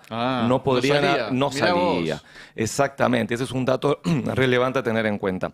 Ahora decíamos, fue el último día de Maqueda, el viernes, y este juez supremo, que recordemos, la Corte está hoy sujeta en una interna feroz.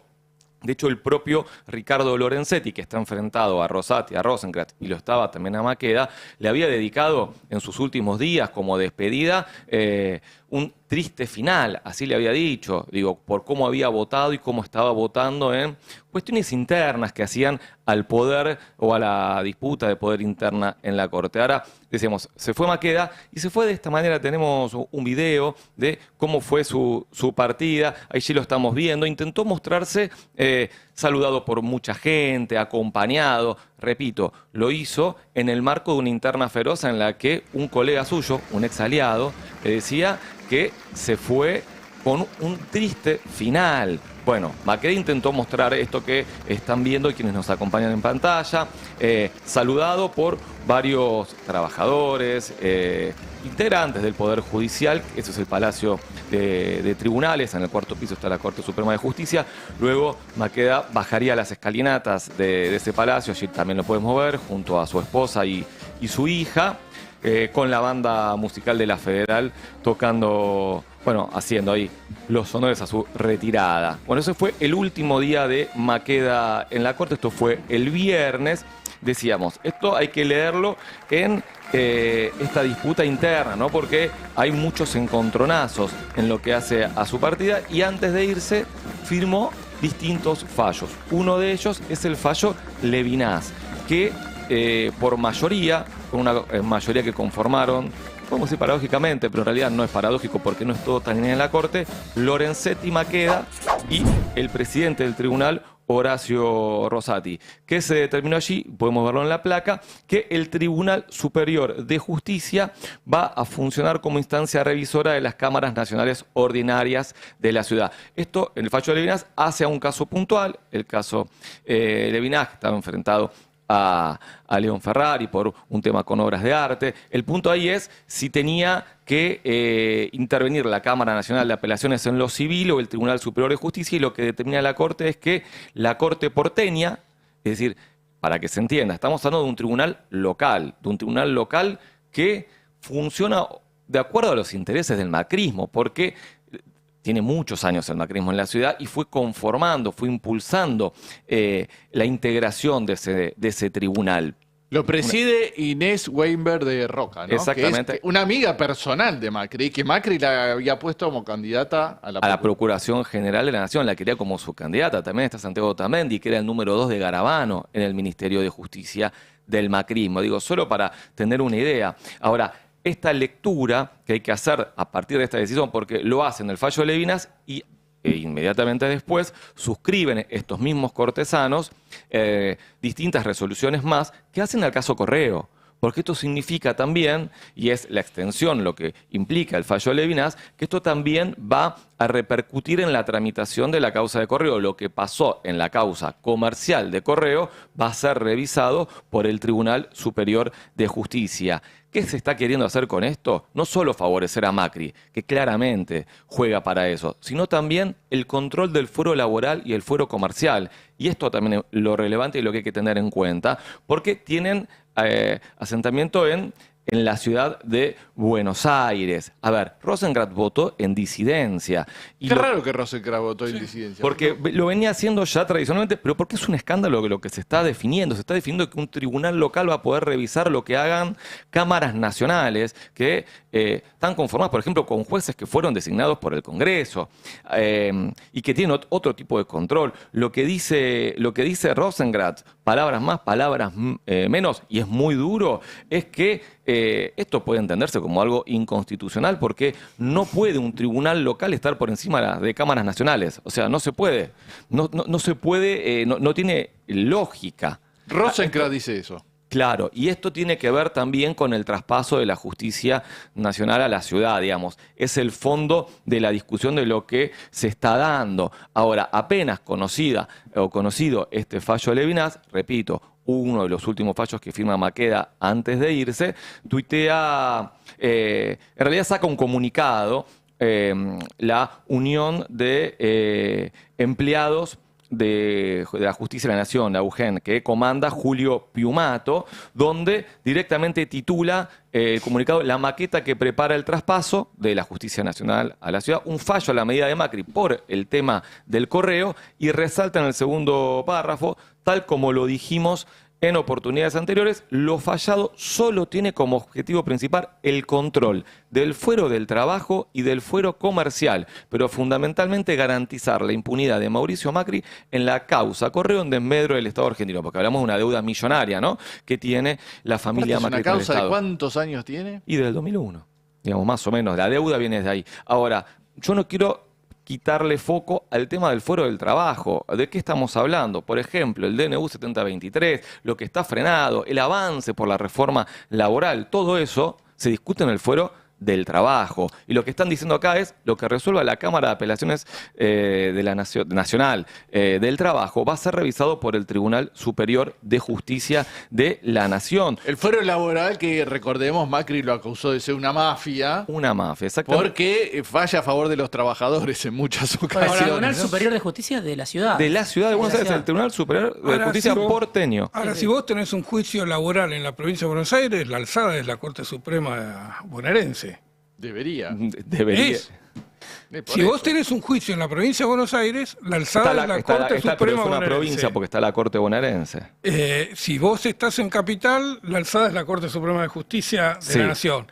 Claramente había una asimetría con el resto de los estados. Con Ahora, respecto pero hay una a la cámara. provincia. Es que esa es la discusión en torno al traspaso de la justicia nacional a la ciudad. ¿Hay justicia nacional en el resto del país? La justicia, no, es que la sede de la Cámara Nacional está en la Ciudad de Buenos Aires, no está en la provincia de Buenos Aires, por ejemplo. Acá lo que dicen es, la Cámara Nacional, o sea, la Cámara de Apelaciones del Trabajo tiene asidero en la Ciudad de Buenos Aires. La Cámara Comercial también. ¿Me seguís? La Cámara, Sí, entonces perfecto. tenés una justicia Ahora, si yo local, voy a un una juicio- justicia nacional. Si yo tengo un juicio comercial en la provincia de Buenos Aires, me lo dirime la Corte Suprema de Justicia No, igual, bonaerense. la Corte de Justicia igual después va a terminar siempre en última instancia interviniendo también, ¿eh? Correcto. Digo, después va a revisar lo que resuelvan. Pero, por ejemplo... Porque si vos tenés un problema laboral, vos acudís a un juzgado nacional. Laboral, de trabajo nacional, sí. nacional, no... No, provincial. Si estás en la provincia En la de ciudad de Buenos Buenos Aires. Aires. capital, si estás acá en la capital. Si estás en la capital, claro, esa es la simetría con el resto. Si vos sos bonaerense, no tenés una justicia nacional. Claro, pero tenés vos una vas a un justicia juzgado provincial. nacional, después tendrías que apelar a una Cámara Nacional. Y ellos lo que están intentando es que vayas al Tribunal Superior de Justicia. Lo que resuelva la Cámara Nacional del Trabajo de la ciudad lo va a revisar el Tribunal Superior de Justicia porteño, que es una institución local. Local, claro. Local. Ese es el punto. De hecho, yo consulté en la Cámara Nacional del Trabajo y lo que me estaban diciendo es que no saben si van a acatar el fallo porque dice que los fallos de la Corte son para los casos concretos, en este caso sería el caso Levinas, el caso Correo también, y que su doctrina no es obligatoria, y lo que me dicen es que no habría voluntad de los jueces de la Cámara Nacional del Trabajo, en su mayoría, en aplicarlo, especialmente porque al irse Maqueda ya no hay mayoría sobre el tema, porque de vuelta quedan 2-1. Digo, por eso salió este fallo el viernes, y de allí la relevancia de todo esto. La propia Cristina Fernández de Kirchner también se hizo eco de este fallo. Publicó un tuit, ¿no? Exactamente, y publicó un tuit donde también se refiere a todo esto, no sé si lo tenemos, si lo podemos ver, y lo titula Macri en su feudo con la Corte de Custodia, los medios aplaudiendo y grandes empresas agropecuarias en default, escenas de un país fallido, y entre otras cosas lo que está diciendo es que el fallo es inédito, escandaloso e inconstitucional porque, todo esto es textual de Cristina, transforma sin ley del Congreso un tribunal local en alzada de tribunales nacionales. Dice que es insólito, dice que, para que se entienda mejor, es como si la Corte fallara que la sentencia de los tribunales nacionales las resuelva el Tribunal Superior de Justicia de la provincia de Santa Cruz o de Formosa o Santiago del Estero o de cualquier otra provincia argentina. Bien, de allí la relevancia de este fallo, uno de los últimos que firma Maqueda, repito, lo hace porque si no salía este fallo en esta semana, no podían sacarlo. Y esto también tiene que ver con cómo va a funcionar la Corte de aquí en adelante. Empecé diciendo, hoy la Corte está con 3 integrantes. Bueno, a partir de ahora va a tener que funcionar con unanimidad y si no van a tener que convocar a conjueces. ¿Qué significa conjueces? Van a tener que sortear a presidentes de cámaras federales para integrar el tribunal cuando no haya una mayoría de 3 votos. Y esto, por ejemplo, también hace a las pujas internas. Por ejemplo, en la Cámara Federal porteña se anotó como presidente y quedó Mariano Llorens, uno de los camaristas que estaba impulsando la teoría de los 2 demonios en el caso de, por ejemplo, la bomba al comedor de coordinación federal. Digo, para tener una idea de quiénes pueden llegar a involucrarse y resolver las cuestiones que no tengan consenso en la Corte Suprema de Justicia, que, repito, vive una interna feroz en la que, en las últimas acordadas, Ricardo Lorenzetti acusó a Rosati de todo lo que uno se puede imaginar, digo, porque tienen una interna muy fuerte ya desde que Rosenkrantz y Rosati ingresaron al tribunal y lo desbancaron de la presidencia del tribunal. Hay otro dato que no sé hasta qué punto tiene que ver con esto, pero es que la legislatura porteña aprobó el fuero laboral para la Ciudad de Buenos Aires hace 10 días, o sea, es una histórica pelea del macrismo desde que es gobierno en la Ciudad de Buenos Aires, de tener un propio fuero laboral. Un fuero laboral porteño para definir justamente en función de los intereses de muchas veces de las empresas, ¿no? Digamos que todo esto es el problema que surge de una muy mala ley de autonomía de la Ciudad de Buenos Aires, donde nunca se terminó de definir qué era la autonomía porteña. Es una provincia, es una ciudad, es una capital federal. Sí, pero coincide con el gobierno de Milei, que es el gobierno de los dueños, ¿no? Entonces digo, el gobierno de las empresas, un gobierno que viene a hacer una refundación de la relación capital-trabajo, esto que marca, por un lado, Franco, un fuero laboral en la Ciudad de Buenos Aires. Digo, si vos te echan de un laburo hoy en esta situación, donde no es algo que no pase, sino que hay despidos y está pasando, y hubo mucho ya en este primer año, bueno, la cancha está cada vez más inclinada también en el territorio judicial. Y además en los métodos de designación de los jueces. Y por último, para agregar, digo, en este marco es que se da la discusión sobre los candidatos del gobierno, ¿no? Del Poder Ejecutivo a la Corte Suprema. Me refiero a Ariel Lijo, juez de Comodoro Pi, y a Manuel García Mancilla, que primero el gobierno estaba coqueteando si los iba a nombrar por decreto, si no tiene hoy los votos en el Senado. Vamos a ver qué pasa con eso en este contexto de una Corte que hoy empieza a funcionar con 3 integrantes.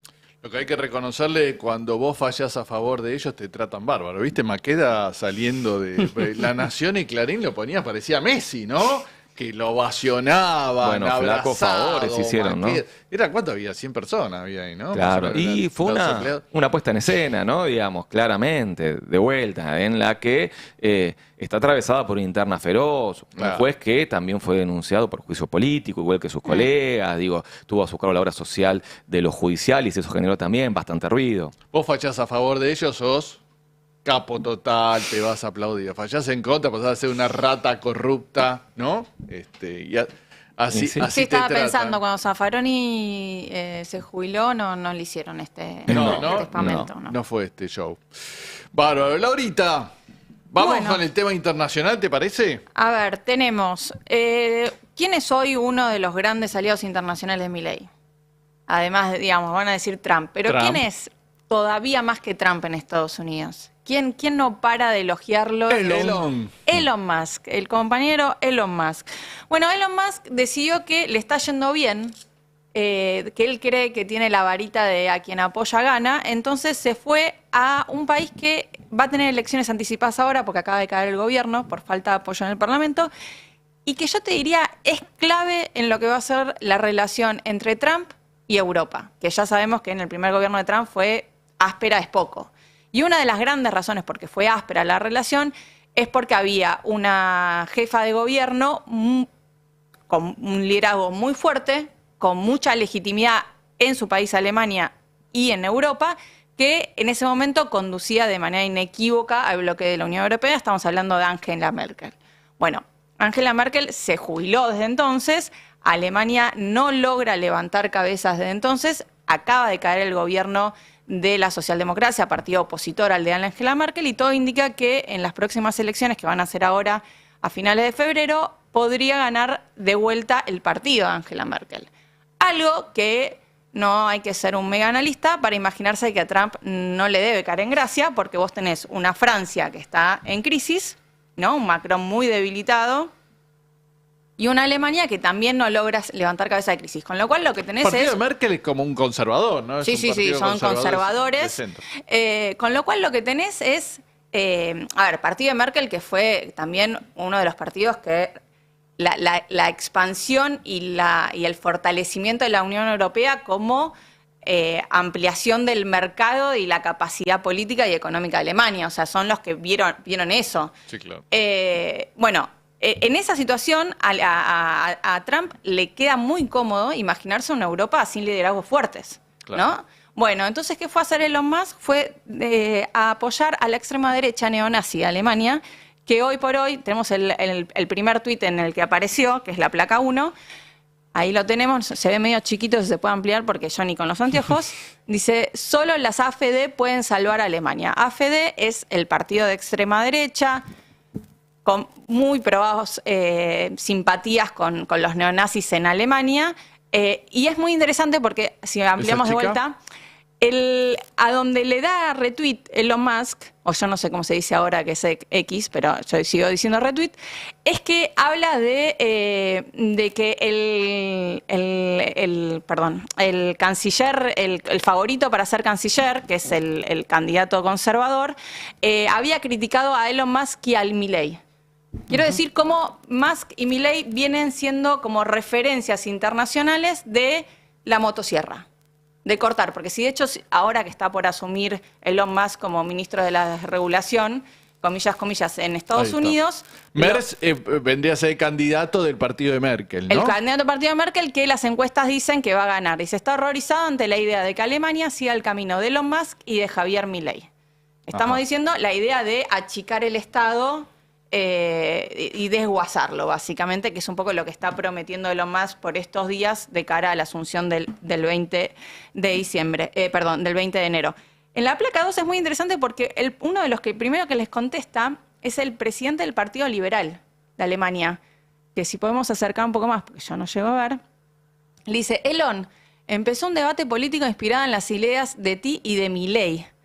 Si bien el control de la migración es crucial para Alemania, las AfD, que es la extrema derecha, la que apoya a él, o sea, fíjense cómo... No puedo creer que hablen de Milei en la campaña de Alemania. No te apresures a sacar conclusiones desde lejos, juntémonos y te voy a mostrar que los liberales son la mejor opción.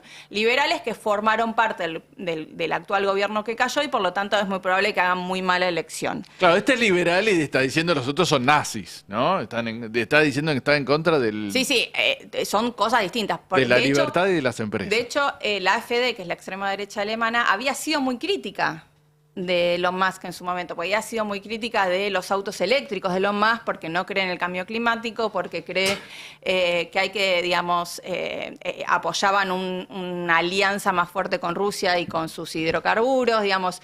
Pero ahora se han amigado, como lo podemos ver a ver si lo tenemos, el tuit número 3, que es la titular, o sea, la presidenta y la candidata de la extrema derecha alemana, Alice Wilde, que le agradece y cita porque después Elon Musk sacó una columna de opinión diciendo por qué apoyaba a la extrema derecha y dando explicaciones, y básicamente se centraba en esto, en esta idea de la libertad económica. Dice, las AfD entendieron que la libertad económica no solo es deseable, sino necesaria. Su enfoque para reducir la sobreregulación gubernamental, recortar impuestos y desregular el mercado refleja los principios que han hecho famosos a las dos empresas de Elon Musk.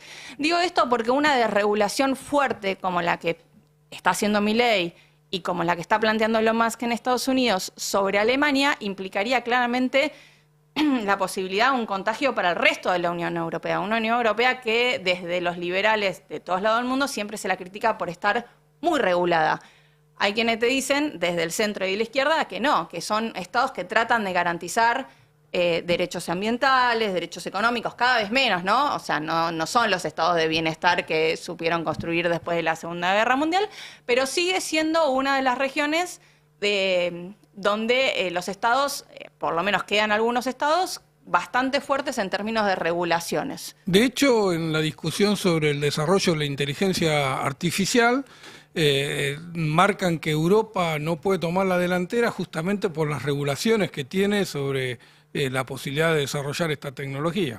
Sí, y es muy gracioso que digan eso porque todas estas empresas tecnológicas se encuentran su sede en California, que debe ser el estado con más regulaciones de todo tipo y el estado más grande, digamos, más amplio en términos de funcionarios, en términos de gasto, en términos de lo que se te ocurra, de todo Estados Unidos. Pero bueno, aparentemente el problema en Europa es ese y no otro. Así que esa mujer es la candidata de la ultraderecha, ¿no? Exactamente, es como... ¿Tenemos el tweet ahí? A ver si la vemos, porque... O sea, leí, ella es gay, ¿no? Es lesbiana y me parece que está en pareja con una inmigrante, una ¿no? mujer de origen inmigrante. A mí me hace acordar mucho, no es igual, por supuesto, pero me hace acordar un poco a Marine Le Pen, porque cuando Marine Le Pen la líder de la extrema derecha de Francia... Marine Le Pen se reivindicaba como diciendo, ¿vieron? Yo soy una mujer, yo estoy divorciada. Digo, recuerden que esto es divorciada, quizás para los franceses de la extrema derecha hace 20 años era gay hoy, ¿no? Entonces digo, para entender las rupturas, soy divorciada, tengo amigos gays, decía, era como... Yo vengo a representar la renovación. Ahora vos escarbás un poco y su ideario político y su programa político-económico era exactamente igual al de su papá, nada más que lo habían lavado la cara. Bueno, ella viene a representar un poco el lavado de cara de un partido que supo ser abiertamente neonazi y con el avance electoral tuvo que empezar a limar un poquito esas... Hay un pequeño teorema de nazis que tenía para que no se note tanto. Vos decís que es un teorema de Baglini muy lavado, muy light. Muy lavado a tal punto que hoy por hoy ninguno de los partidos, de hecho casi todos los partidos políticos de Alemania salieron a repudiar a Elon Musk porque decían que no podían entender como un futuro ministro de Estados Unidos estaba apoyando a un partido de la extrema derecha con la que ninguno de los partidos, inclusive los conservadores, se acepta hacer alianzas para formar gobierno nacional. Básicamente es como que salir a apoyar a Vox, digamos. Es algo que nuestro presidente ha hecho, con lo cual estimo que en breve vamos a empezar a escuchar a Milei apoyando a las FD. No tiene previsto, ¿no? Viajar a Alemania. Ahora se va a la asunción de Trump y después va a Davos. Y creo que después va a Suiza a recibir algún premio que le dan de esos premios. Sí, ya anunciaron que hay un premio. En la década del 90 era muy común que las empresas multinacionales financien congresos, financien institutos de economía, que eran los que te transmitían o te bajaban el discurso a la sociedad. Ahora lo reinventaron como premios. Entonces, ahora tenemos un premio todos los días, todas las semanas hay un premio a algún dirigente liberal. Por supuesto, el presidente a la cabeza de todo eso, es una forma de instalar la idea de que esa idea es buena, ¿no? Entonces, y que es compartida por todo el mundo. Claro, lo premiamos mucho si la sociedad ve a un tipo extremadamente Toto Caputo, premiado. mejor ministro de Economía del mundo, según una revista... No, pero aparte Elon Musk ha gastado todos esos miles de millones en Twitter para difundir esto, ¿no? Y lo está haciendo a full. Está ¿Querías usando decir algo más? su plataforma. Y antes de irnos, digo esto porque seguramente se van a empezar a encontrar... Vieron que todos los conflictos y todas las guerras que marcan una época en la historia tienen a veces una imagen o un personaje que termina siendo símbolo. Y seguramente se van a encontrar en las redes, o quizás no creo que en los medios de Argentina, porque no se muestra mucho, se van a encontrar con esta imagen que es la que tenemos en la placa 6. A ver si la encuentran por ahí. Básicamente es, si se puede hacer un poco de ampliación, esta es una imagen... Se cree que es la última imagen antes de ser detenido, que es la imagen del director del último hospital que funcionaba en el norte de Gaza, que el viernes lo quemaron las Fuerzas Armadas israelíes, forzaron a todos a irse, cortaron el oxígeno, la luz, todo, detuvieron a un gran número de personas, incluidos algunos pacientes, ellos dicen que son terroristas, y a los pacientes más críticos los llevaron a otros hospitales que, según ya denunció la OMS, no funcionan más. Ahora, lo interesante de esa foto y por qué va a ser tan icónica, porque él se negó a irse cuando estaban detenidos otros de sus compañeros, y lo que se ve ahí es como él, entre medio de la destrucción absoluta, camina hacia un tanque. No sé si llegan a ver en el fondo. Camina hacia un tanque, y después hay imágenes levantadas de la televisión israelí que dio el ejército, donde el tanque abre y él entra al tanque. Y ahí lo detienen. Y lo saluda, ¿no? La doctor, qué sé yo. Bueno, después de eso, el ejército dijo que lo consideraba sospechoso de ser miembro de Hamas, ser terrorista. Un hombre que siguió trabajando cuando le mataron al hijo adentro del hospital y lo enterró en la puerta del hospital, que lo hirieron y que fue... Es una limpieza étnica esto. Eso quería decirles, hay varios títulos que pueden ir pasando. Médicos Sin Fronteras, Human Rights Watch, la ONU, inclusive ya medios mainstream de Estados Unidos como New York Times, como CNN, ya nadie está discutiendo que lo que se está viviendo en esta parte de Gaza es una limpieza étnica y están cometiendo crímenes de genocidio. Y sin embargo, es muy notorio cómo, y particularmente en Argentina, es la falta de discusión sobre esto. Y a mí me parece muy interesante... El apoyo del gobierno absoluto, ¿no?, a esta política. El apoyo del gobierno de Javier Milei. El apoyo absoluto. Todas las grandes potencias siguen vendiendo armas. Y esto, ¿por qué se ensañaron con este director de hospital? Porque durante 90 días de asedio a su hospital, él estuvo mostrando todo por Instagram. Mostró cómo operaba en el piso, mostró cómo los bombardeaban, mostró lo del hijo. Entonces... ¿y por qué lo mostró él? Porque no hay más periodistas, porque mataron a todos los periodistas, porque no dejan entrar a periodistas, pero al mismo tiempo... Mataron un montón de periodistas hace unos días, ¿no? Exactamente, volvieron a matar una camioneta que decía prensa, pero lo que digo es, muchas veces a lo largo de la historia, cuando nos encontramos con esos conflictos que marcan, ¿no?, genocidios, guerras, decían, ¿cómo puede ser que no se sabía que estaba pasando esto? Bueno, esto está pasando en vivo y en directo, lo estamos viendo hace un año, la comunidad internacional no está haciendo nada. Y acá me parece importante decir, cuando llegue Trump y empiecen a pasar cosas peores en otras partes del mundo, no fue la llegada de Trump. Digo, esto está pasando antes de Trump. Está pasando con un gobierno supuestamente demócrata que dijo que no buscaba conflicto. Digo, y siguieron vendiendo armas y Europa no está reaccionando.